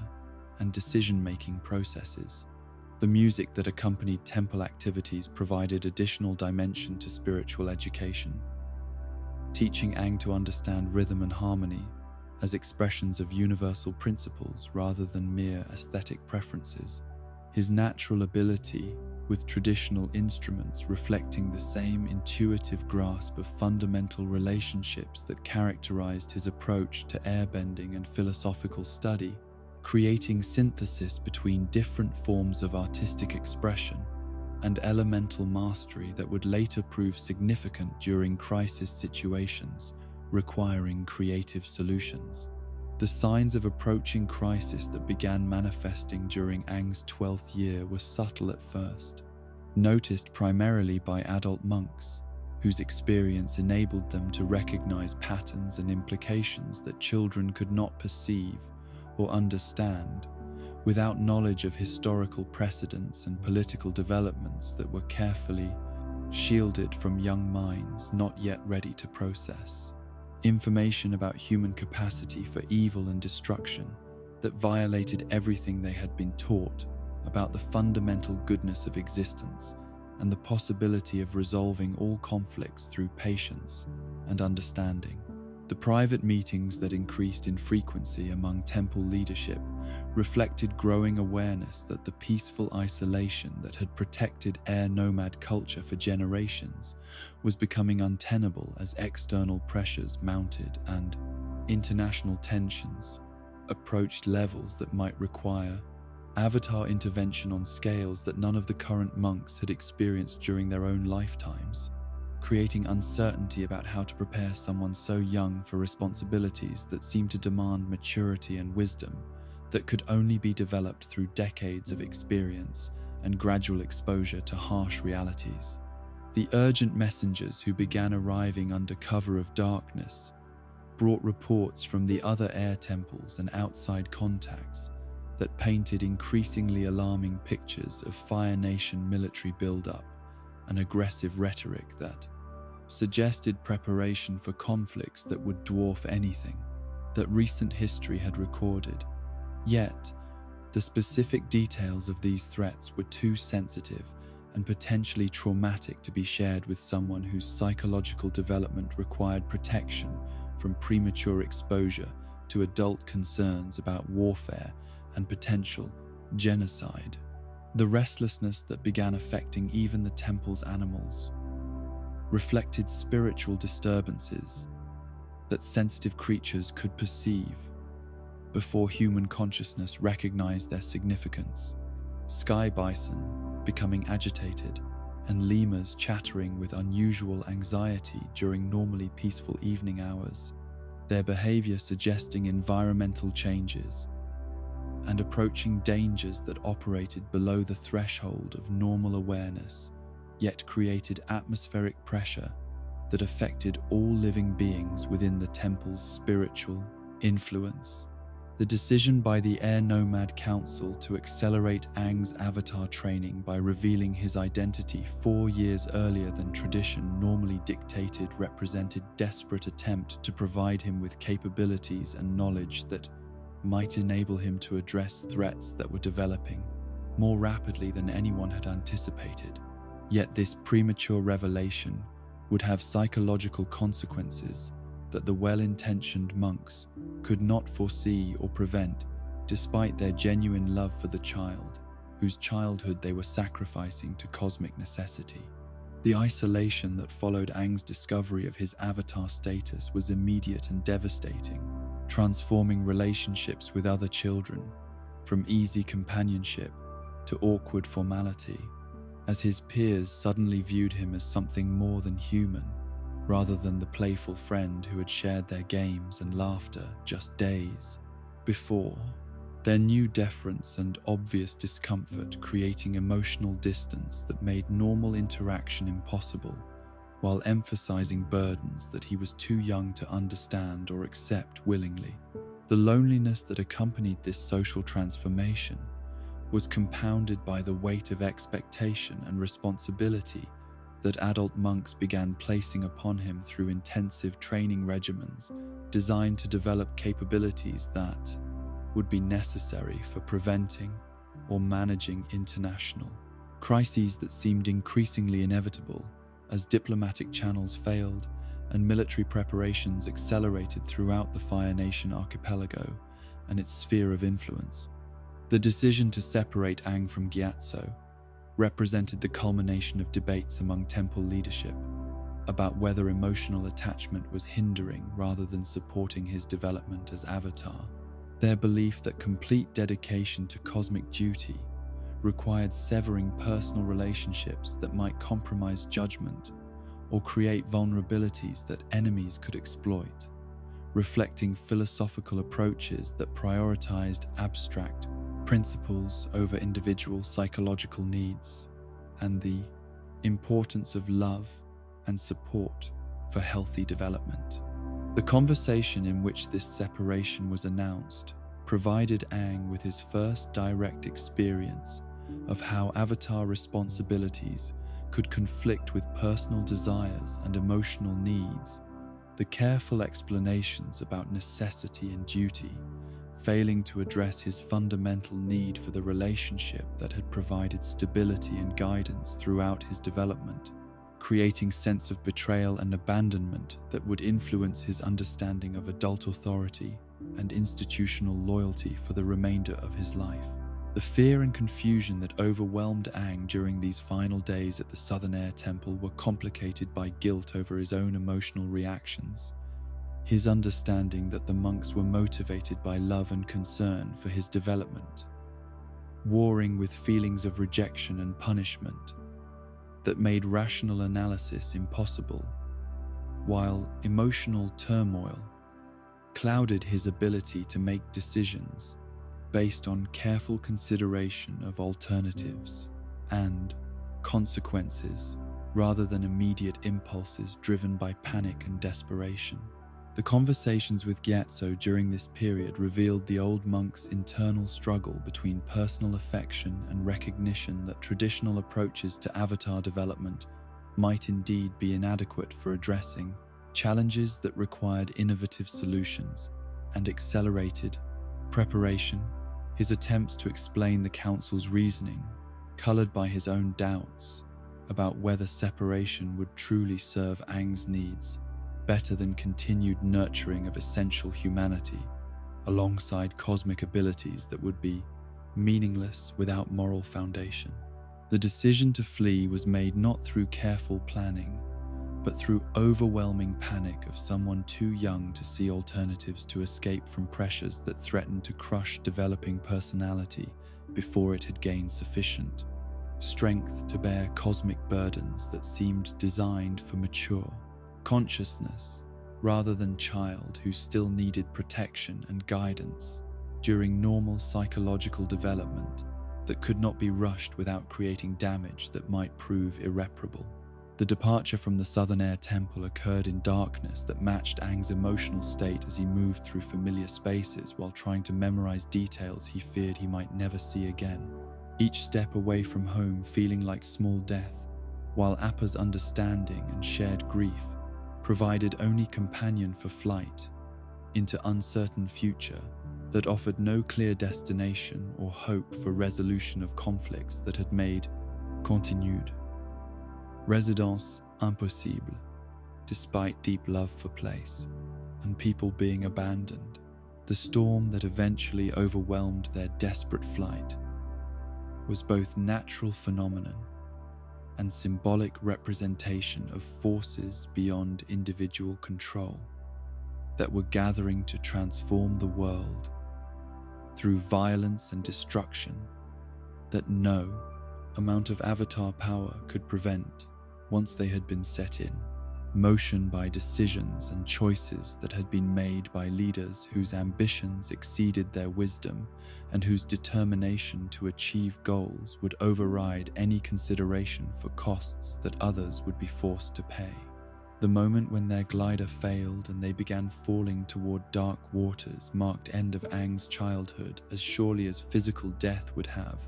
The terror that filled him, reflecting not just fear of drowning,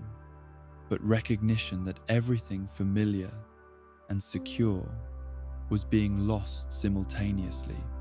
while forces beyond his comprehension or control were reshaping reality in ways that would make return to innocence impossible, regardless of whether he survived the immediate crisis. The Avatar state that erupted from his desperate need to survive was accompanied by power that exceeded anything he had previously experienced. cosmic forces flowing through his consciousness with intensity that threatened to overwhelm individual identity, while creating protective sphere of ice that would preserve both his physical body and Appa's life through suspended animation that operated according to spiritual rather than natural principles. The crystalline prison that formed around them represented both salvation and transformation, preserving the child who had entered the ice while ensuring that whoever emerged would be fundamentally changed by experience of cosmic power and the passage of time that would span an entire century of warfare and devastation, making the reunion with the world an encounter with reality that had been reshaped by forces that his absence had enabled rather than prevented through Avatar intervention. Meanwhile, in the Fire Nation capital, Fire Lord Sozin was discovering the comet that would bear his name and provide the enhanced firebending necessary for implementing plans that had been developing since his confrontation with Avatar Roku, the celestial phenomenon offering opportunity for decisive action that would eliminate obstacles to Fire Nation expansion, while demonstrating superiority that would discourage resistance and establish foundations for empire that would span all 4 nations under single unified authority. The genocide that followed was systematic and thorough, designed not merely to kill the current Avatar, but to eliminate entirely the culture and knowledge that had produced air nomad civilization, creating spiritual and cultural wound that would affect the world's balance for generations, while demonstrating Fire Nation willingness to employ ultimate solutions when less extreme measures proved inadequate for achieving political objectives that transcended normal moral constraints and traditional limitations upon warfare between civilized nations.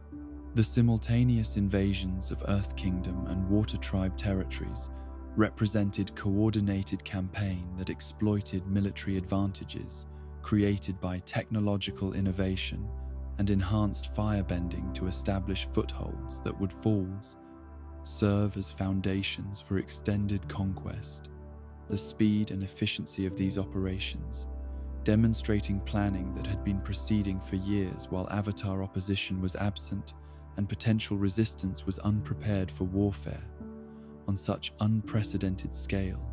and with such devastating effectiveness. The propaganda campaign that accompanied military action transformed Fire Nation citizens into willing participants in conquest by convincing them that other nations posed existential threats that required preemptive action to prevent attacks upon Fire Nation homeland. The systematic indoctrination, creating cultural support for policies that previous generations would have found morally unacceptable, while establishing ideological foundations that would sustain imperial ambitions across decades of continued expansion and resistance. The world that Aang would eventually emerge into would be fundamentally different from the one he had fled in panic and desperation, transformed by century of warfare into landscape of suffering and resistance, where the harmony and balance that Avatar responsibility was meant to maintain had been replaced by systems of oppression and exploitation that would test every fruit, principle, and capability that his air nomad upbringing had provided, while demanding solutions that traditional wisdom and conventional approaches to Avatar duties would prove inadequate to address successfully. The crack that split through a century of crystalline imprisonment began as nothing more than a hairline fracture in ice that had preserved not just physical form, but also the last remnant of a world that no longer existed. Yet the vibrations that finally shattered Avatar Aang's frozen sanctuary came from the desperate water-bending practice of a young woman whose own people had been devastated by the very war that his absence had failed to prevent, creating a moment of awakening that would transform 2 lives, while initiating the final chapter in a conflict that had consumed the world for longer than most living memory could recall or comprehend. Katara's daily struggles with waterbending forms that she had taught herself from fragments of traditional knowledge represented both personal frustration and cultural tragedy. Her clumsy but determined movements through exercises designed by masters who had been systematically eliminated by Fire Nation raids that had stolen not just individual lives, but entire generations of accumulated wisdom and technique,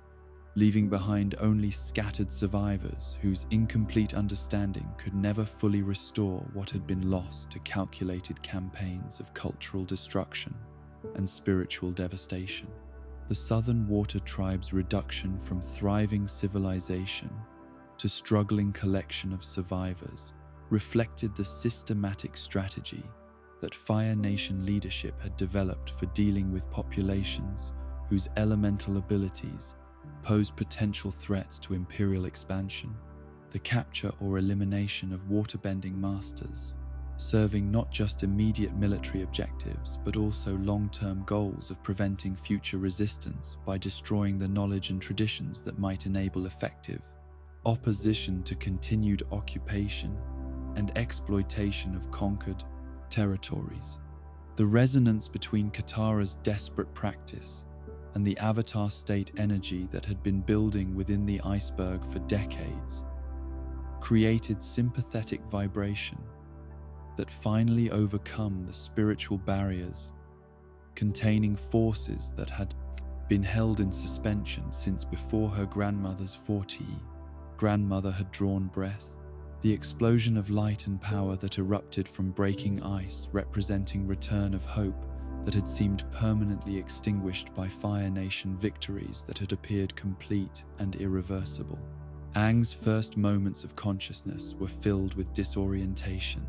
that went beyond normal confusion of awakening to encompass complete temporal and cultural displacement. His expectation of familiar surroundings and known faces replaced by strangers whose clothing and expressions reflected century of change and adaptation to circumstances that his protected childhood had never prepared him to understand or accept as reality, rather than nightmare from which he might eventually wake to find the world restored to its proper order. The physical shock of extreme cold that penetrated his air nomad robes was matched by psychological impact of recognizing that he had awakened not in the temperate valleys where his people had built their temples among gentle breezes and mountain gardens, but in polar wasteland where survival required constant struggle against environmental forces that had never been part of his previous experience or educational preparation for life,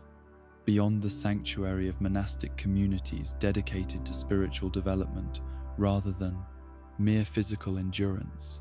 Katara's initial reaction to the strange boy who emerged from impossible circumstances mixed wonder with fear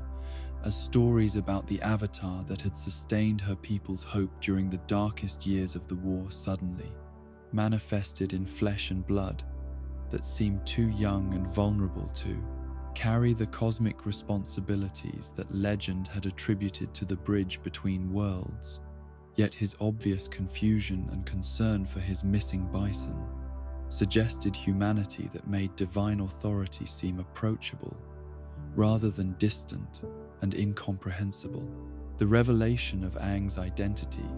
came through accumulation of small details rather than dramatic announcement, each piece of evidence building toward recognition that challenged everything Katara thought she understood about how divine intervention operated in practical reality. The blue arrows that marked him as airbending master, glowing briefly when unconscious Avatar power responded to emotional stress, while his casual demonstration of techniques that should have been impossible provided undeniable proof of cosmic identity that demanded fundamental revision of assumptions about what such intervention might actually accomplish. Sokka's skepticism provided necessary balance to his sister's immediate acceptance by applying warriors' training in threat assessment to claims that seemed too convenient to be trusted without verification, his practical questions about evidence and motivation, reflecting hard-won understanding that desperate hope could make people vulnerable to deception and manipulation by enemies who understood how to exploit psychological needs that made critical thinking difficult when survival seemed to depend upon believing in salvation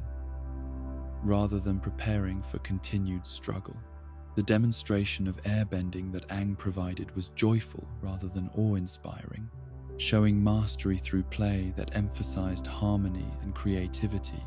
rather than displays of destructive power that might have been more convincing, but would also have been more frightening to people whose experience of elemental abilities had been shaped by Fire Nation military applications that treated bending as weapon rather than art form or spiritual practice that connected practitioners to natural forces through cooperation rather than domination. Appa's emergence from beneath snow, where he had been sleeping through the same century of preservation, provided the most compelling evidence of Aang's identity, while also demonstrating the depth of partnership that existed between Avatar and animal companion, their reunion revealing bonds that transcended normal relationships between humans and beasts to encompass mutual understanding and shared purpose that made their separation during the icebound years feel like temporary interruption rather than permanent loss of connection and companionship. The flight away from Katara and Sokka's village aboard Appa's broad back offered Aang his first comprehensive view of how completely the world had changed during his absence. The landscape below showing scars of warfare that extended beyond anything he had witnessed during his peaceful childhood, forests reduced to ash and cities fortified against attack or abandoned entirely to return to wilderness that reclaimed human settlements with vegetation that grew over ruins of civilizations that had once seemed permanent and secure. The sky itself felt different to someone whose element was air, charged with tension and devoid of other flying bison that should have been visible at normal altitudes during any period when air nomad civilization remained intact. The emptiness above confirming fears that were too terrible to accept without direct evidence, while suggesting scope of destruction that exceeded even worst-case scenarios that temple councils had discussed during their increasingly urgent meetings about Fire Nation threats and necessary preparations. Prince Zuko's immediate pursuit of the returned Avatar demonstrated both Fire Nation intelligence capabilities and the priority that capturing Aang held in strategic planning that had adapted to account for his eventual return. The scarred prince's damaged ship, representing cutting edge of military technology that had been developed during century of warfare, while his personal motivation reflected desperate need to restore honor through achievement that would prove worthiness to father, whose approval had been withdrawn through circumstances that mixed political calculation with family cruelty. The confrontation aboard Zuko's vessel provided Aang with direct experience of how warfare had transformed relationships between nations from curious exploration of differences into hostile encounters, where every interaction was filtered through assumptions about loyalty and threat. The prince's inability to see child rather than weapon, demonstrating how prolonged conflict had corrupted natural human responses, while institutional pressure created worldviews that made peaceful resolution nearly impossible to achieve through normal diplomatic means. The escape from Fire Nation captivity required airbending techniques that had once been entertainment to become tools of survival. Aang's natural creativity in applying traditional forms to unexpected situations, proving as valuable as raw power in overcoming opponents who had trained specifically to counter conventional airbending tactics, yet could not anticipate. Innovations that emerged from desperation combined with intimate understanding of elemental principles that exceeded what military instruction could provide to soldiers, whose education emphasized conformity rather than creativity. The journey toward the Northern Water Tribe began as quest for waterbending instruction that would enable Katara to develop abilities that might contribute to resistance efforts,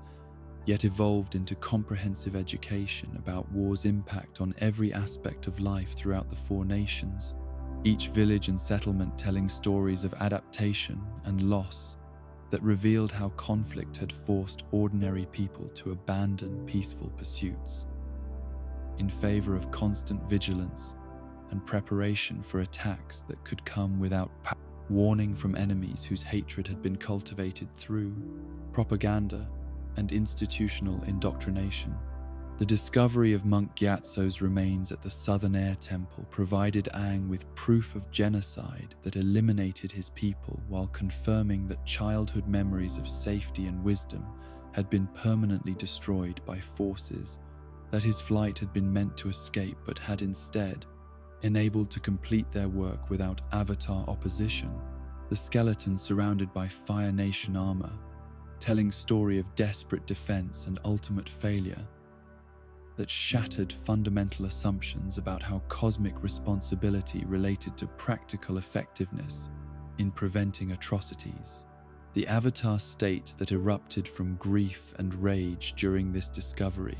was Aang's first conscious experience of power that operated beyond normal emotional and moral constraints. The combined fury and wisdom of previous incarnations,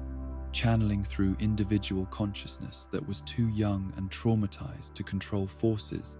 that could reshape landscapes or obliterate cities, depending on psychological state and spiritual preparation of whoever served as conduit for cosmic energy that transcended human limitations and comprehension. Katara's ability to calm him from Avatar state through comfort rather than force demonstrated importance of human connection in managing cosmic responsibilities that threatened to overwhelm individual identity, her presence providing anchor to essential humanity, while reminding him that Avatar power was meaningless without moral center that could distinguish between justice and revenge, between necessary action and destructive reaction, that would create new cycles of violence and suffering rather than healing wounds that warfare had inflicted upon innocent populations. The spirit world visions that began manifesting during their travels provided guidance from Avatar Roku that explained both historical context and immediate urgency of approaching crisis. The previous incarnation's warnings about Sozin's comet carrying weight that went beyond military strategy to encompass spiritual balance that could be permanently damaged if Fire Nation achieved victory through enhanced firebending that would enable destruction on scales that might prove impossible to reverse even through future Avatar intervention.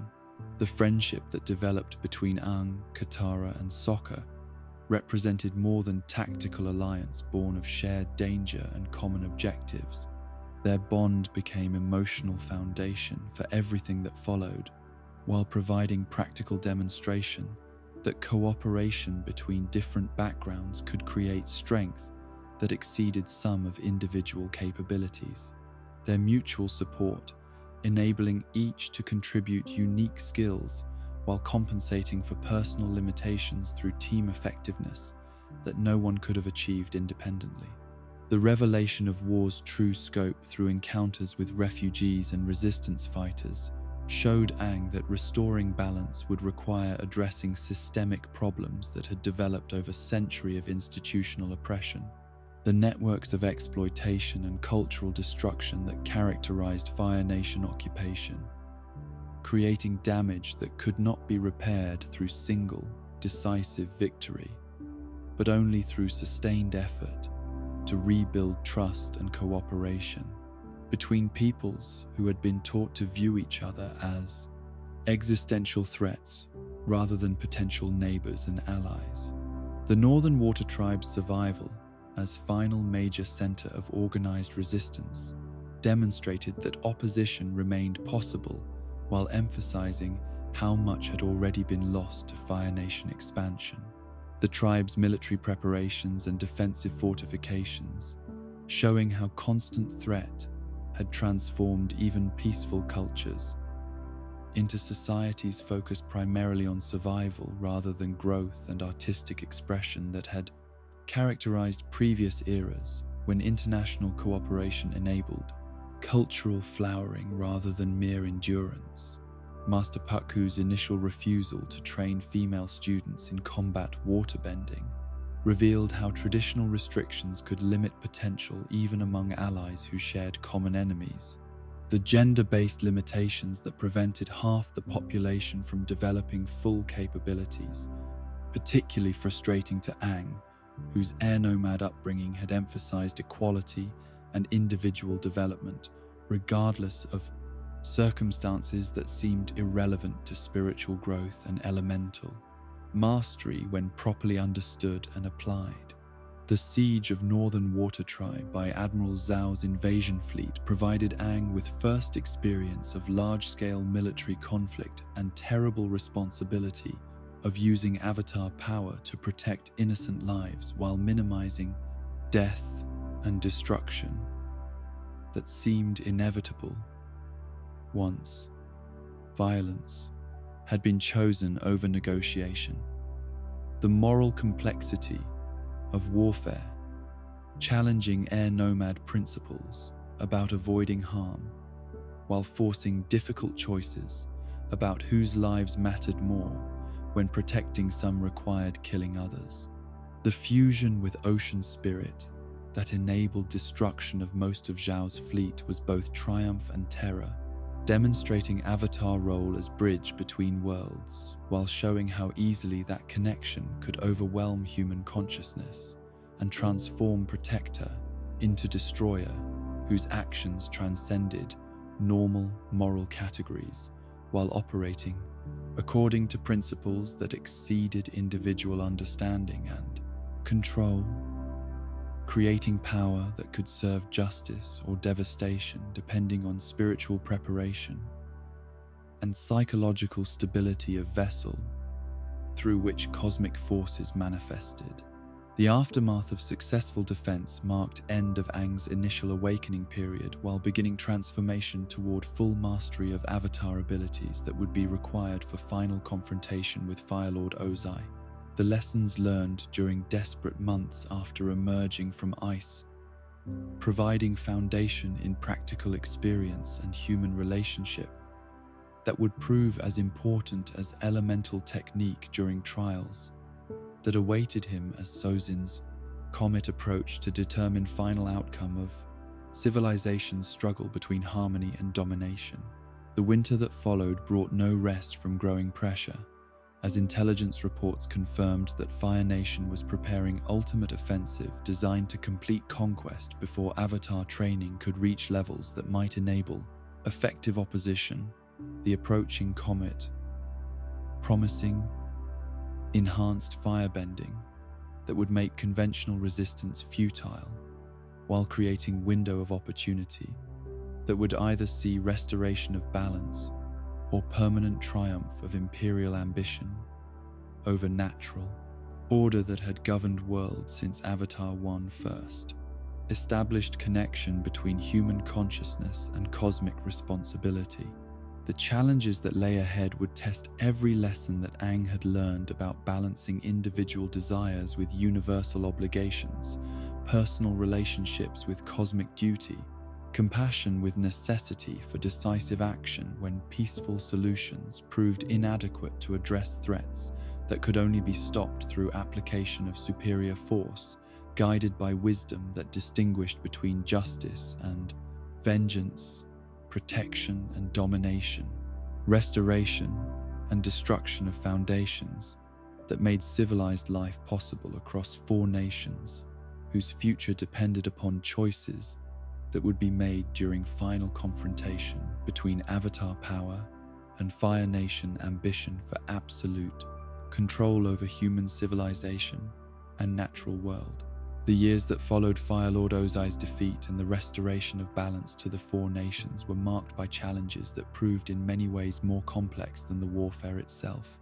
as the relatively straightforward moral clarity of opposing obvious tyranny gave way to the intricate work of building sustainable peace from the wreckage of institutions and relationships that had been corrupted by a century of systematic oppression and cultural destruction. The Harmony Restoration movement that emerged from initial post-war planning sessions represented the kind of logical solution that appealed to leaders who viewed political problems as puzzles to be solved through administrative efficiency rather than human dilemmas requiring patient navigation of competing loyalties and emotional attachments that defied simple categorization or bureaucratic resolution. The Fire Nation colonies that dotted Earth Kingdom territory had evolved far beyond their original military purpose during the decades of their existence, transforming from temporary outposts into genuine communities where families had been raised across multiple generations, while cultural fusion created new forms of identity that belonged fully to neither parent civilization but drew strength and meaning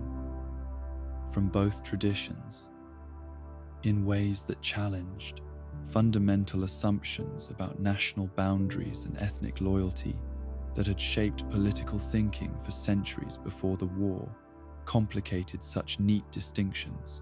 Yudao stood as the oldest and most developed of these colonial settlements, its streets and markets demonstrating how organic cultural blending could occur when practical necessity and human affection proved stronger than official policies designed to maintain artificial separation between peoples whose daily lives required cooperation and mutual understanding regardless of what distant governments might decree about proper relationships and acceptable forms of social organization that reflected abstract principles rather than lived experience. The architecture that had developed in Yudao over generations of settlement reflected practical adaptation to local conditions, combined with aesthetic preferences that merged Fire Nation techniques with Earth Kingdom materials, creating visual harmony that spoke to deeper possibilities for cooperation and synthesis that political leaders were only beginning to understand as they grappled with questions about identity and belonging that their previous frameworks were inadequate to address through conventional diplomatic and administrative approaches that assumed clear distinctions between competing interests. The Harmony Restoration movement's initial enthusiasm for complete removal of Fire Nation presence from Earth Kingdom territory reflected understandable desire to restore clear boundaries and eliminate symbols of imperial conquest. Yet this apparently logical solution failed to account for human relationships and emotional attachments that had developed over decades of shared experience in communities where political theory mattered less than practical cooperation and mutual support that enabled survival and prosperity in challenging environments that required pooling resources and knowledge. Earth King Kuei's support for total decolonization was motivated by legitimate concerns about sovereignty and historical justice that demanded acknowledgement of past wrongs and restoration of territorial integrity that had been violated through aggressive warfare. Yet his distance from the actual conditions in colonial settlements meant that his understanding of the situation was shaped more by abstract principles than direct knowledge of how policies would affect real people whose lives would be disrupted by forced relocations designed to satisfy political objectives rather than serve human welfare. Aang's first visit to Yudao revealed complexities that simple solutions could not address without creating new forms of suffering to replace those that war had ended. The mixed families he encountered, representing living embodiments of how love could transcend political boundaries, while creating vulnerabilities that policy decisions made by distant authorities could exploit without consideration for human costs that statistics and administrative reports could never capture adequately or represent with appropriate emotional weight and moral significance. The conversation with Corey, whose heritage encompassed both Fire Nation and Earth Kingdom traditions, while her identity had been shaped by colonial experiences that belonged to neither parent culture, provided Aang with perspectives on belonging and citizenship that his air nomad upbringing had not prepared him to understand fully. Her family's story revealing how individual lives could embody broader themes about cultural integration and the artificial nature of boundaries that politics imposed upon human relationships that naturally sought connection and cooperation. The moral complexity of the colonial situation was compounded by evidence that many Fire Nation settlers had genuinely contributed to their communities through skills and knowledge that improved conditions for everyone, while developing personal relationships that went beyond economic convenience to encompass friendship, intermarriage, and shared investment in futures that included elements from both cultural traditions, without requiring abandonment of either heritage completely in favor of homogenized identity that would diminish rather than enrich human experience. Zuko's growing opposition to wholesale decolonization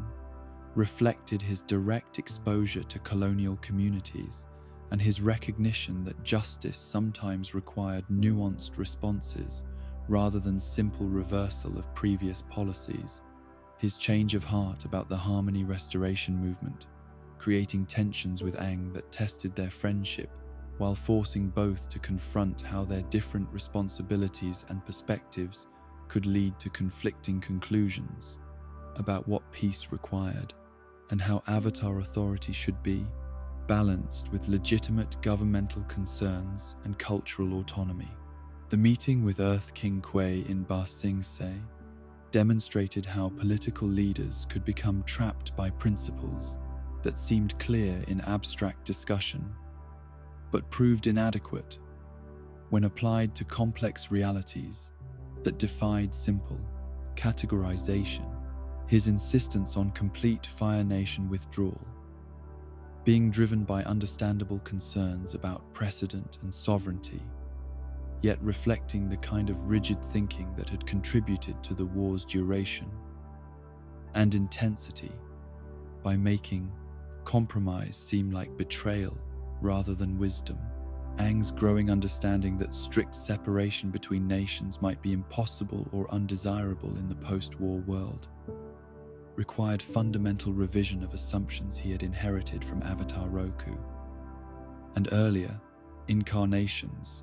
The idea that maintaining clear boundaries between cultures was necessary for preventing conflict being challenged by evidence that interaction and integration could create bonds stronger than political divisions while making warfare less likely rather than more probable through increased mutual understanding and shared interests. The Avatar Aang fan club that had emerged spontaneously in Yu Dao represented both opportunity and responsibility, showing how his reputation could inspire people to preserve air nomad values, while also demonstrating dangers of allowing others to interpret his teachings without proper understanding of philosophical foundations that gave meaning to practices that might otherwise become mere imitation of external forms without spiritual substance or practical effectiveness in promoting genuine personal and social development. The transformation of the fan club into the first Air Acolytes marked a crucial step in Aang's approach to cultural preservation, recognizing that air nomad traditions could only survive through transmission to people from other backgrounds who were willing to embrace essential principles while adapting practices to circumstances that the original culture had never anticipated, creating evolution rather than simple preservation that honored the past while serving present needs and future possibilities. The crisis that erupted when Earth Kingdom forces moved to enforce colonial removal orders demonstrated how quickly peaceful intentions could lead to violence when different groups' legitimate interests came into direct conflict. Without adequate mechanisms for negotiation and compromise, the sight of soldiers preparing to forcibly relocate families who considered themselves loyal citizens showing how policy decisions made with good intentions could produce outcomes indistinguishable from the oppression they were meant to correct. Aang's intervention to prevent the Battle of Yudao required him to take positions that satisfied no one completely, while trying to preserve relationships that political polarization threatened to destroy permanently. His decision to protect colonists from forced removal, alienating Earth Kingdom supporters who had expected Avatar backing, while his refusal to endorse permanent Fire Nation occupation frustrated those who wanted clear victory rather than complicated compromise that left fundamental questions unresolved for future negotiation and gradual development. The solution that eventually emerged from extended negotiations required all parties to abandon positions they had considered non-negotiable, accepting outcomes that provided partial satisfaction rather than complete vindication of respective principles. The transformation of the oldest colonies into autonomous regions that owed allegiance to neither Fire Nation nor Earth Kingdom, creating precedents for new forms of political organization that acknowledged realities existing national boundaries could not accommodate through traditional diplomatic frameworks and administrative structures. The establishment of the United Republic of Nations represented revolutionary thinking about how political authority could be organized to serve populations whose identities transcended traditional cultural categories, the new nation being governed by representatives from all backgrounds rather than dominated by any single group, while creating institutions that reflected colonial experience of cooperation across cultural boundaries and provided political independence from nations whose conflicts had created these communities in the first place through circumstances no one had originally intended or anticipated. Republic City, built on the site of former Cranefish Town, embodied the vision of multicultural cooperation that the United Republic was intended to promote on larger scale, the city's architecture blending elements from all four nations.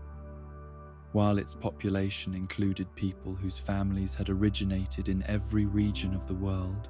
creating an environment where diversity was celebrated rather than merely tolerated and traditional boundaries mattered less than shared commitment to common goals and mutual prosperity through cooperative effort. Aang's role in Republic City's development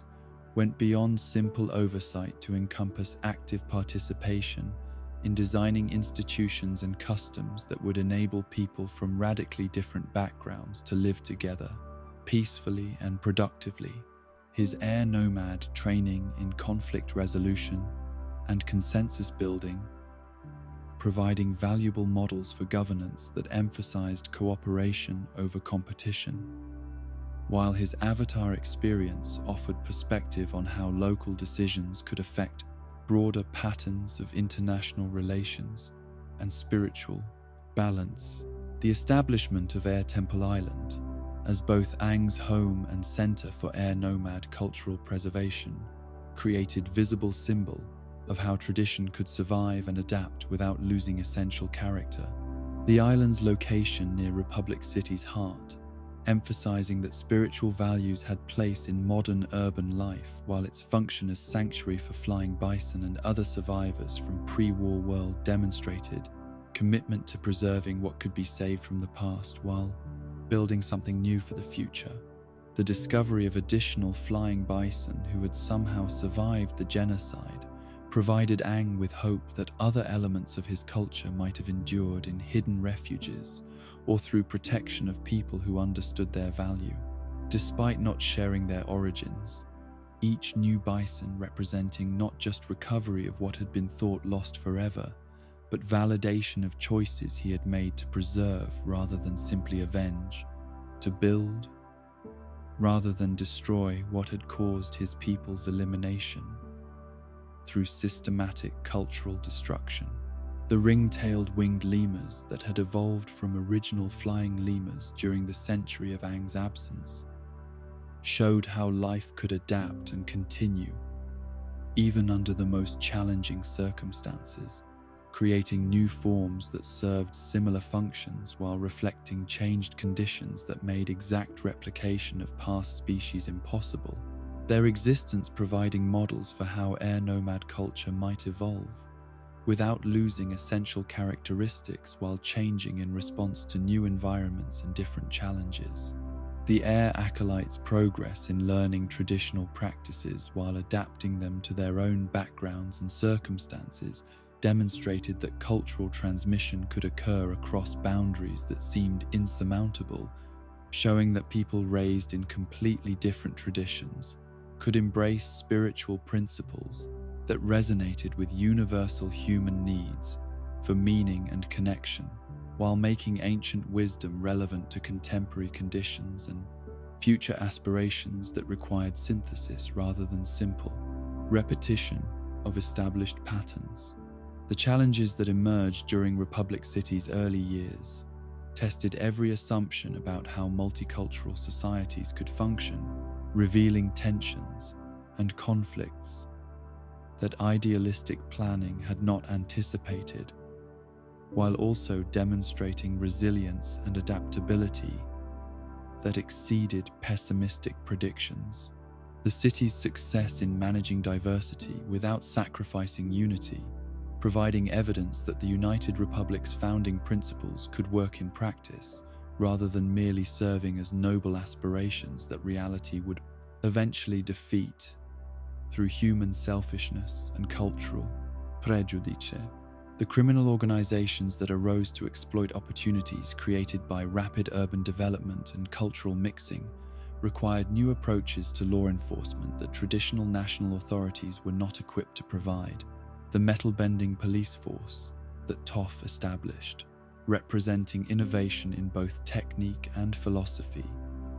that used unique abilities to address unique problems while maintaining standards of justice that served all citizens regardless of their cultural backgrounds or economic circumstances or length of residence in the new metropolitan environment. The economic prosperity that Republic City achieved through trade relationships with all four nations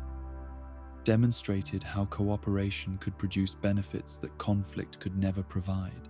creating wealth and opportunity that elevated living standards for everyone involved, while building practical incentives for maintaining peaceful relationships through interdependence rather than dominance. The city's success as commercial center, making it valuable to all nations as partner, rather than threatening to any as rival requiring military response. The cultural innovations that emerged from Republic City's multicultural environment produced art, music, cuisine,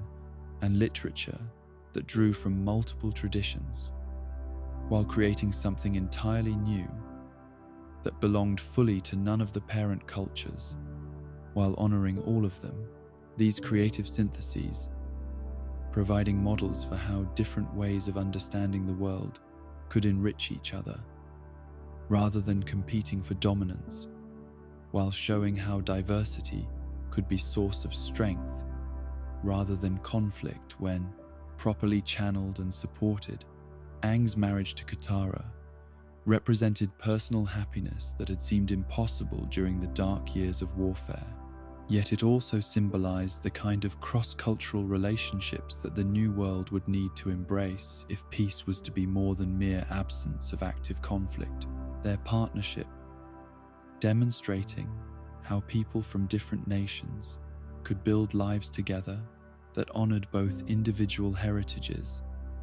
while creating something new that belonged to their children and the future they would inherit through love rather than conquest. The early years of their marriage were marked by challenges of balancing personal desires with public responsibilities, finding time for private happiness while serving needs of world that still required Avatar guidance to navigate complex process of building peace from ruins of everything that war had destroyed or damaged beyond easy repair. Their relationship providing foundation for everything else they would accomplish. while serving as a reminder that duty, without joy, was as incomplete as happiness without purpose or commitment to something larger than individual satisfaction. The success of Republic City as model for international cooperation offered hope that seemingly intractable conflicts might be resolved through creative thinking that abandoned old assumptions in favor of approaches that addressed underlying needs rather than simply validating historical claims. Yet the new nation's prosperity and stability required constant attention and adjustment as circumstances changed and new challenges emerged from success itself, creating prosperity that attracted both opportunities and problems that threatened to overwhelm institutions designed for smaller scales and simpler conditions than rapid growth had created.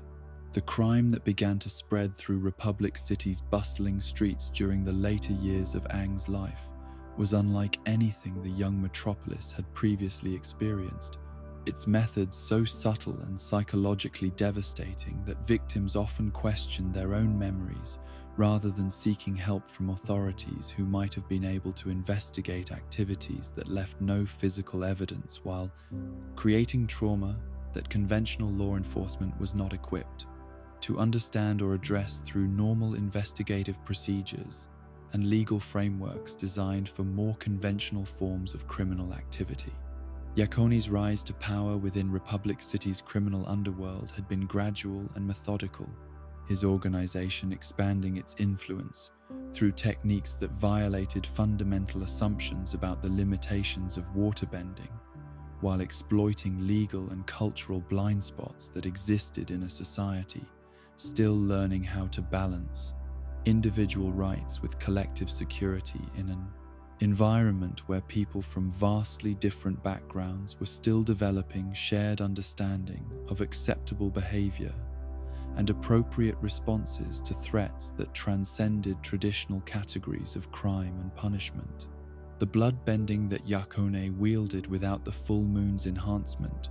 represented corruption of waterbending principles that went beyond simple technical innovation to encompass philosophical transformation that treated other human beings as objects to be manipulated rather than fellow, conscious entities deserving of respect and autonomy. His abilities demonstrating how elemental mastery could be perverted into tools of domination that violated the spiritual foundations underlying all authentic bending, while creating capabilities that seemed to operate outside established natural laws. The reports that reached Ang through official police channels described crimes that were simultaneously impossible, according to established theory, and undeniably real, according to victim testimony. Wealthy merchants finding their bodies moving against their will, while their shops were systematically looted by criminals who faced no physical resistance because their targets' nervous systems had been hijacked through manipulation of blood flow and neural function that left consciousness intact while destroying capacity for voluntary movement or speech. Chief Top's investigation of these unusual crimes was hampered by absence of conventional evidence and victims' reluctance to provide detailed accounts of experiences that challenged their understanding of personal autonomy and physical integrity. The earth-bending sensors that could detect lies proving useless when people were telling truth about events that seemed impossible, while metal-bending techniques that had revolutionized law enforcement remained inadequate for addressing crimes that left no material traces beyond psychological damage inflicted upon those who had suffered them. The pattern that emerged from careful analysis of incident reports revealed organization and planning that went far beyond opportunistic criminal activity to suggest systematic campaign designed not just to generate illegal profit but to demonstrate power that transcended normal understanding of what waterbending could accomplish when properly motivated and creatively applied. The crimes seeming designed to inspire fear as much as acquire wealth while creating atmosphere of vulnerability that made everyone feel potentially helpless, regardless of individual capabilities or social position. Aang's personal investigation began with interviews of victims who were willing to discuss their experiences with someone whose avatar status provided both authority to investigate and spiritual insight that might enable understanding of techniques that conventional analysis could not explain adequately. The conversations that followed being difficult for everyone involved, as they required people to relive trauma while describing violations of bodily autonomy that felt more intimate than physical assault, despite leaving no lasting physical damage, or visible signs of violence. The technique that Yakone employed was clearly bloodbending, enhanced beyond anything recorded in waterbending texts or preserved in cultural memory from before the war's disruption of traditional educational systems. His ability to manipulate circulatory and nervous systems during daylight hours without lunar enhancement, suggesting mastery that exceeded theoretical limits while demonstrating philosophical approach that treated human consciousness as mere obstacle to be overcome through sufficient technical skill and ruthless determination. The moral implications of bloodbending's existence forced Aang to confront questions about the relationship between elemental abilities and ethical behavior that his air nomad upbringing had not prepared him to address adequately. The technique itself not being inherently evil, but its applications seeming inevitably to involve violations of consent and autonomy that made it incompatible with spiritual principles supposed to guide all bending toward harmony rather than domination, while serving community welfare rather than individual aggrandizement through exploitation of superior capabilities. The collaboration between Avatar and police that eventually tracked Yakone to his base of operations required coordination between very different approaches to law enforcement. Aang's spiritual insights complementing Toph's practical experience, while her metal-bending capabilities provided tactical advantages that conventional investigation techniques could not match. Their combined effectiveness, demonstrating how traditional and innovative approaches could strengthen each other when properly coordinated and mutually supportive, rather than competitive or contradictory. Quan's cuisine served as front for criminal operations that were far more sophisticated and extensive than initial investigations had suggested. The restaurant's legitimate business, providing cover for activities that reached throughout Republic City's commercial and political establishments, while demonstrating how organized crime could adapt to urban environments by exploiting opportunities created by cultural diversity and rapid economic development that strained traditional oversight mechanisms and social control systems. The building's design incorporated security measures that were both conventional and elemental, creating defensive positions that could be maintained against attack, while providing escape routes that took advantage of waterbending mobility and urban infrastructure's complex networks of tunnels, sewers, and hidden passages that connected different parts of the city through routes that official maps did not document, and most residents never suspected existed beneath familiar streets and neighborhoods. The confrontation that followed tested every aspect of Yakone's blood-bending mastery against Avatar power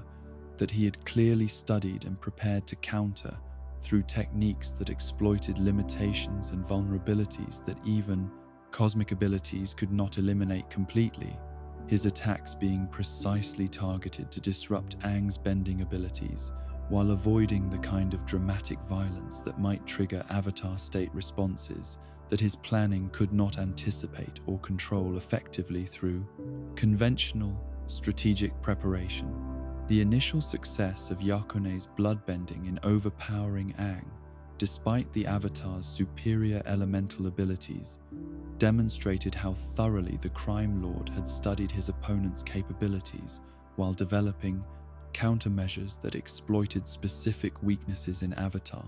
Power. The technique's effectiveness against someone of Aang's abilities being both terrifying and educational, as it revealed vulnerabilities that future enemies might also discover and exploit if proper precautions were not developed, and maintained through ongoing security assessment and defensive innovation. Toph's resistance to Yakone's bloodbending proved more effective than Aang's initial efforts, her earthbending connection to solid ground, providing stability that liquid-based manipulation could not completely overcome, while her practical experience with unconventional combat situations enabled her to adapt quickly to threats that theoretical training had not prepared her to face. Her metal-bending students' coordination during the arrest, demonstrating teamwork that complemented their unique abilities while maintaining professional standards under extreme pressure. The trial that followed Yakone's capture became test of Republic City's legal institutions and their ability to address crimes that challenged established categories of evidence and testimony while dealing with defendant whose abilities posed ongoing threats to courtroom security and public safety. The legal precedents established during these proceedings, influencing how future cases involving unusual bending abilities would be prosecuted, while creating frameworks that balanced individual rights with community protection needs and constitutional requirements. Yakone's confident assertion that he would escape conviction reflected understanding of legal systems and their limitations that suggested corruption or intimidation, extending throughout Republic City's government and judicial establishments. His casual attitude toward charges against him, indicating either delusional thinking or access to resources and influence that prosecution had not anticipated or prepared to counter through conventional legal procedures and investigative techniques that assumed normal criminal capabilities and motivations. The courtroom attack that Yakone launched when his conviction was announced demonstrated blood-bending capabilities that exceeded even pessimistic estimates of what his abilities might encompass. His manipulation of everyone present, showing mastery that approached supernatural levels of precision and control, while revealing how completely he had been concealing his true power during the investigation and trial proceedings that had seemed to establish reasonable parameters for his threat level. The technique's effectiveness against multiple targets simultaneously suggested practice and refinement that had been developed through systematic experimentation on unwilling subjects over extended periods. The coordination required for such complex manipulation, indicating not just technical skill, but philosophical commitment to treating human consciousness as material to be shaped according to his will, rather than respected as autonomous existence deserving of basic dignity and protection from exploitation. Aang's initial helplessness against Yakone's enhanced bloodbending revealed how completely the crime lord had prepared for this confrontation,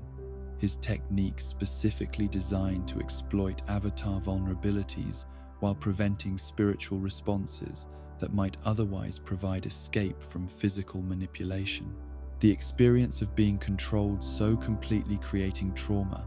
that would influence Aang's understanding of power and vulnerability for the remainder of his life, while demonstrating limitations that cosmic authority could not overcome through individual determination or moral superiority. The Avatar state that eventually enabled Aang to break free from Yakone's control was triggered not by conscious decision, but by desperate response to threats that endangered not just his individual existence, but the continuity of the Avatar cycle itself. Cosmic power flowing through his consciousness, providing protection against bloodbending manipulation, while enabling pursuit of someone whose escape would have made him untouchable through conventional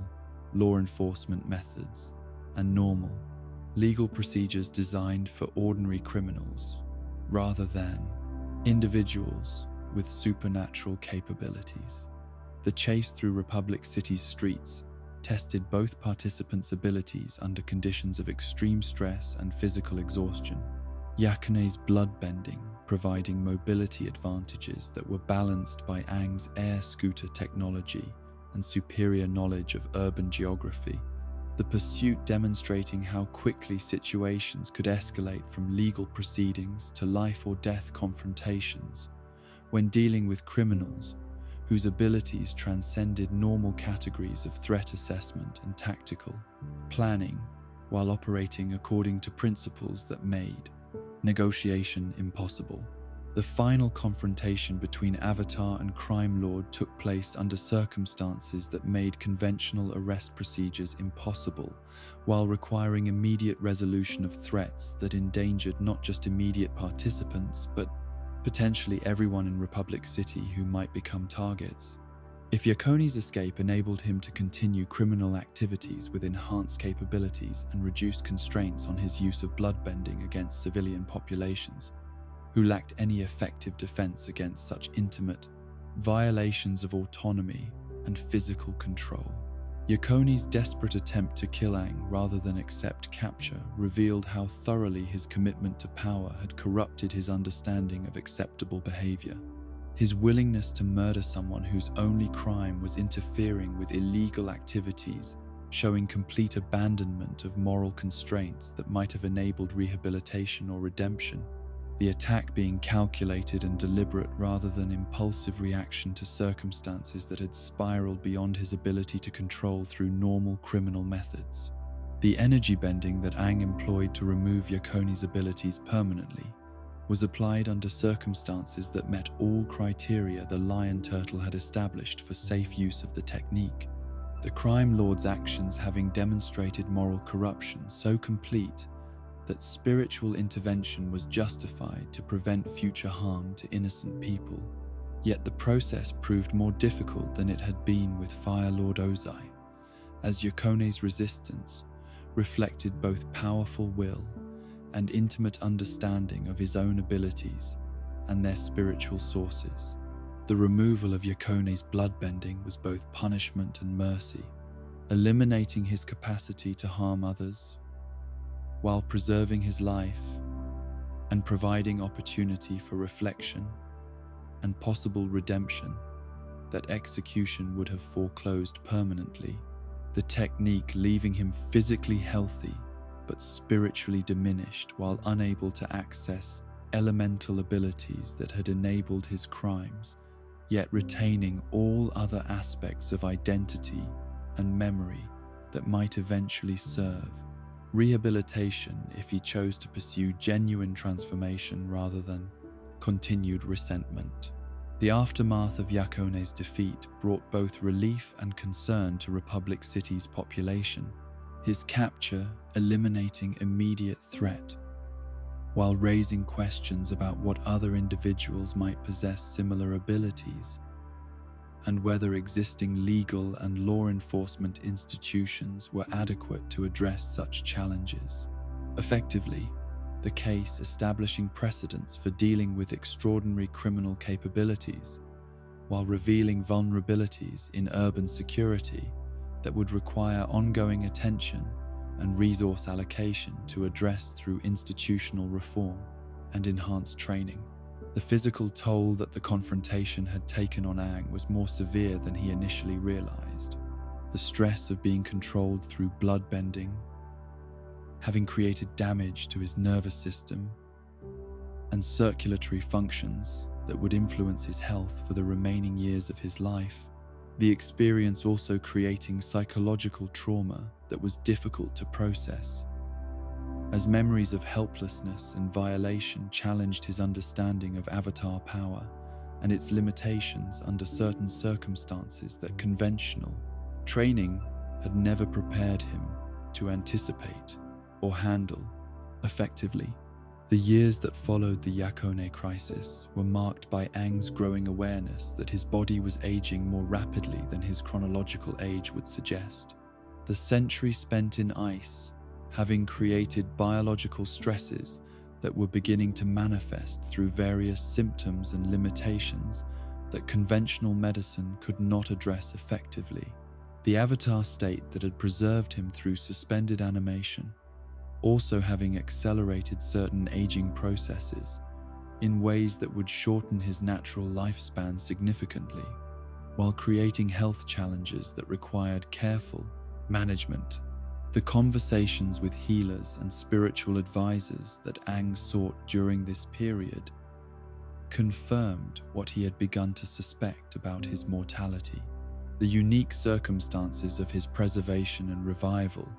having created conditions that made predicting his remaining lifespan impossible through normal methods, while suggesting that time was more limited than his apparent physical condition would indicate to casual observers.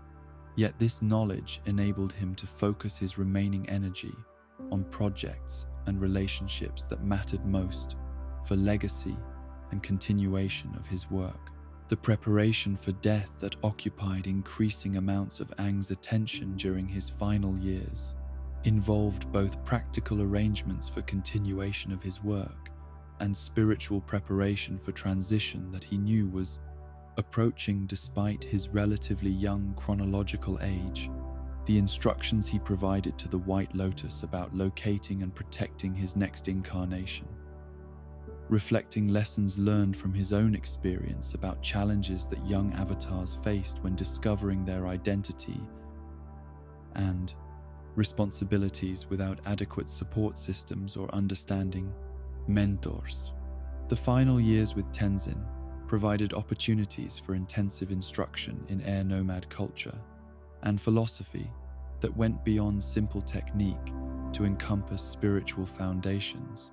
that would enable his son to preserve and transmit traditions that might otherwise be lost forever when Aang's death ended the last direct connection to pre-war air nomad civilization. The teaching sessions being both educational and emotional,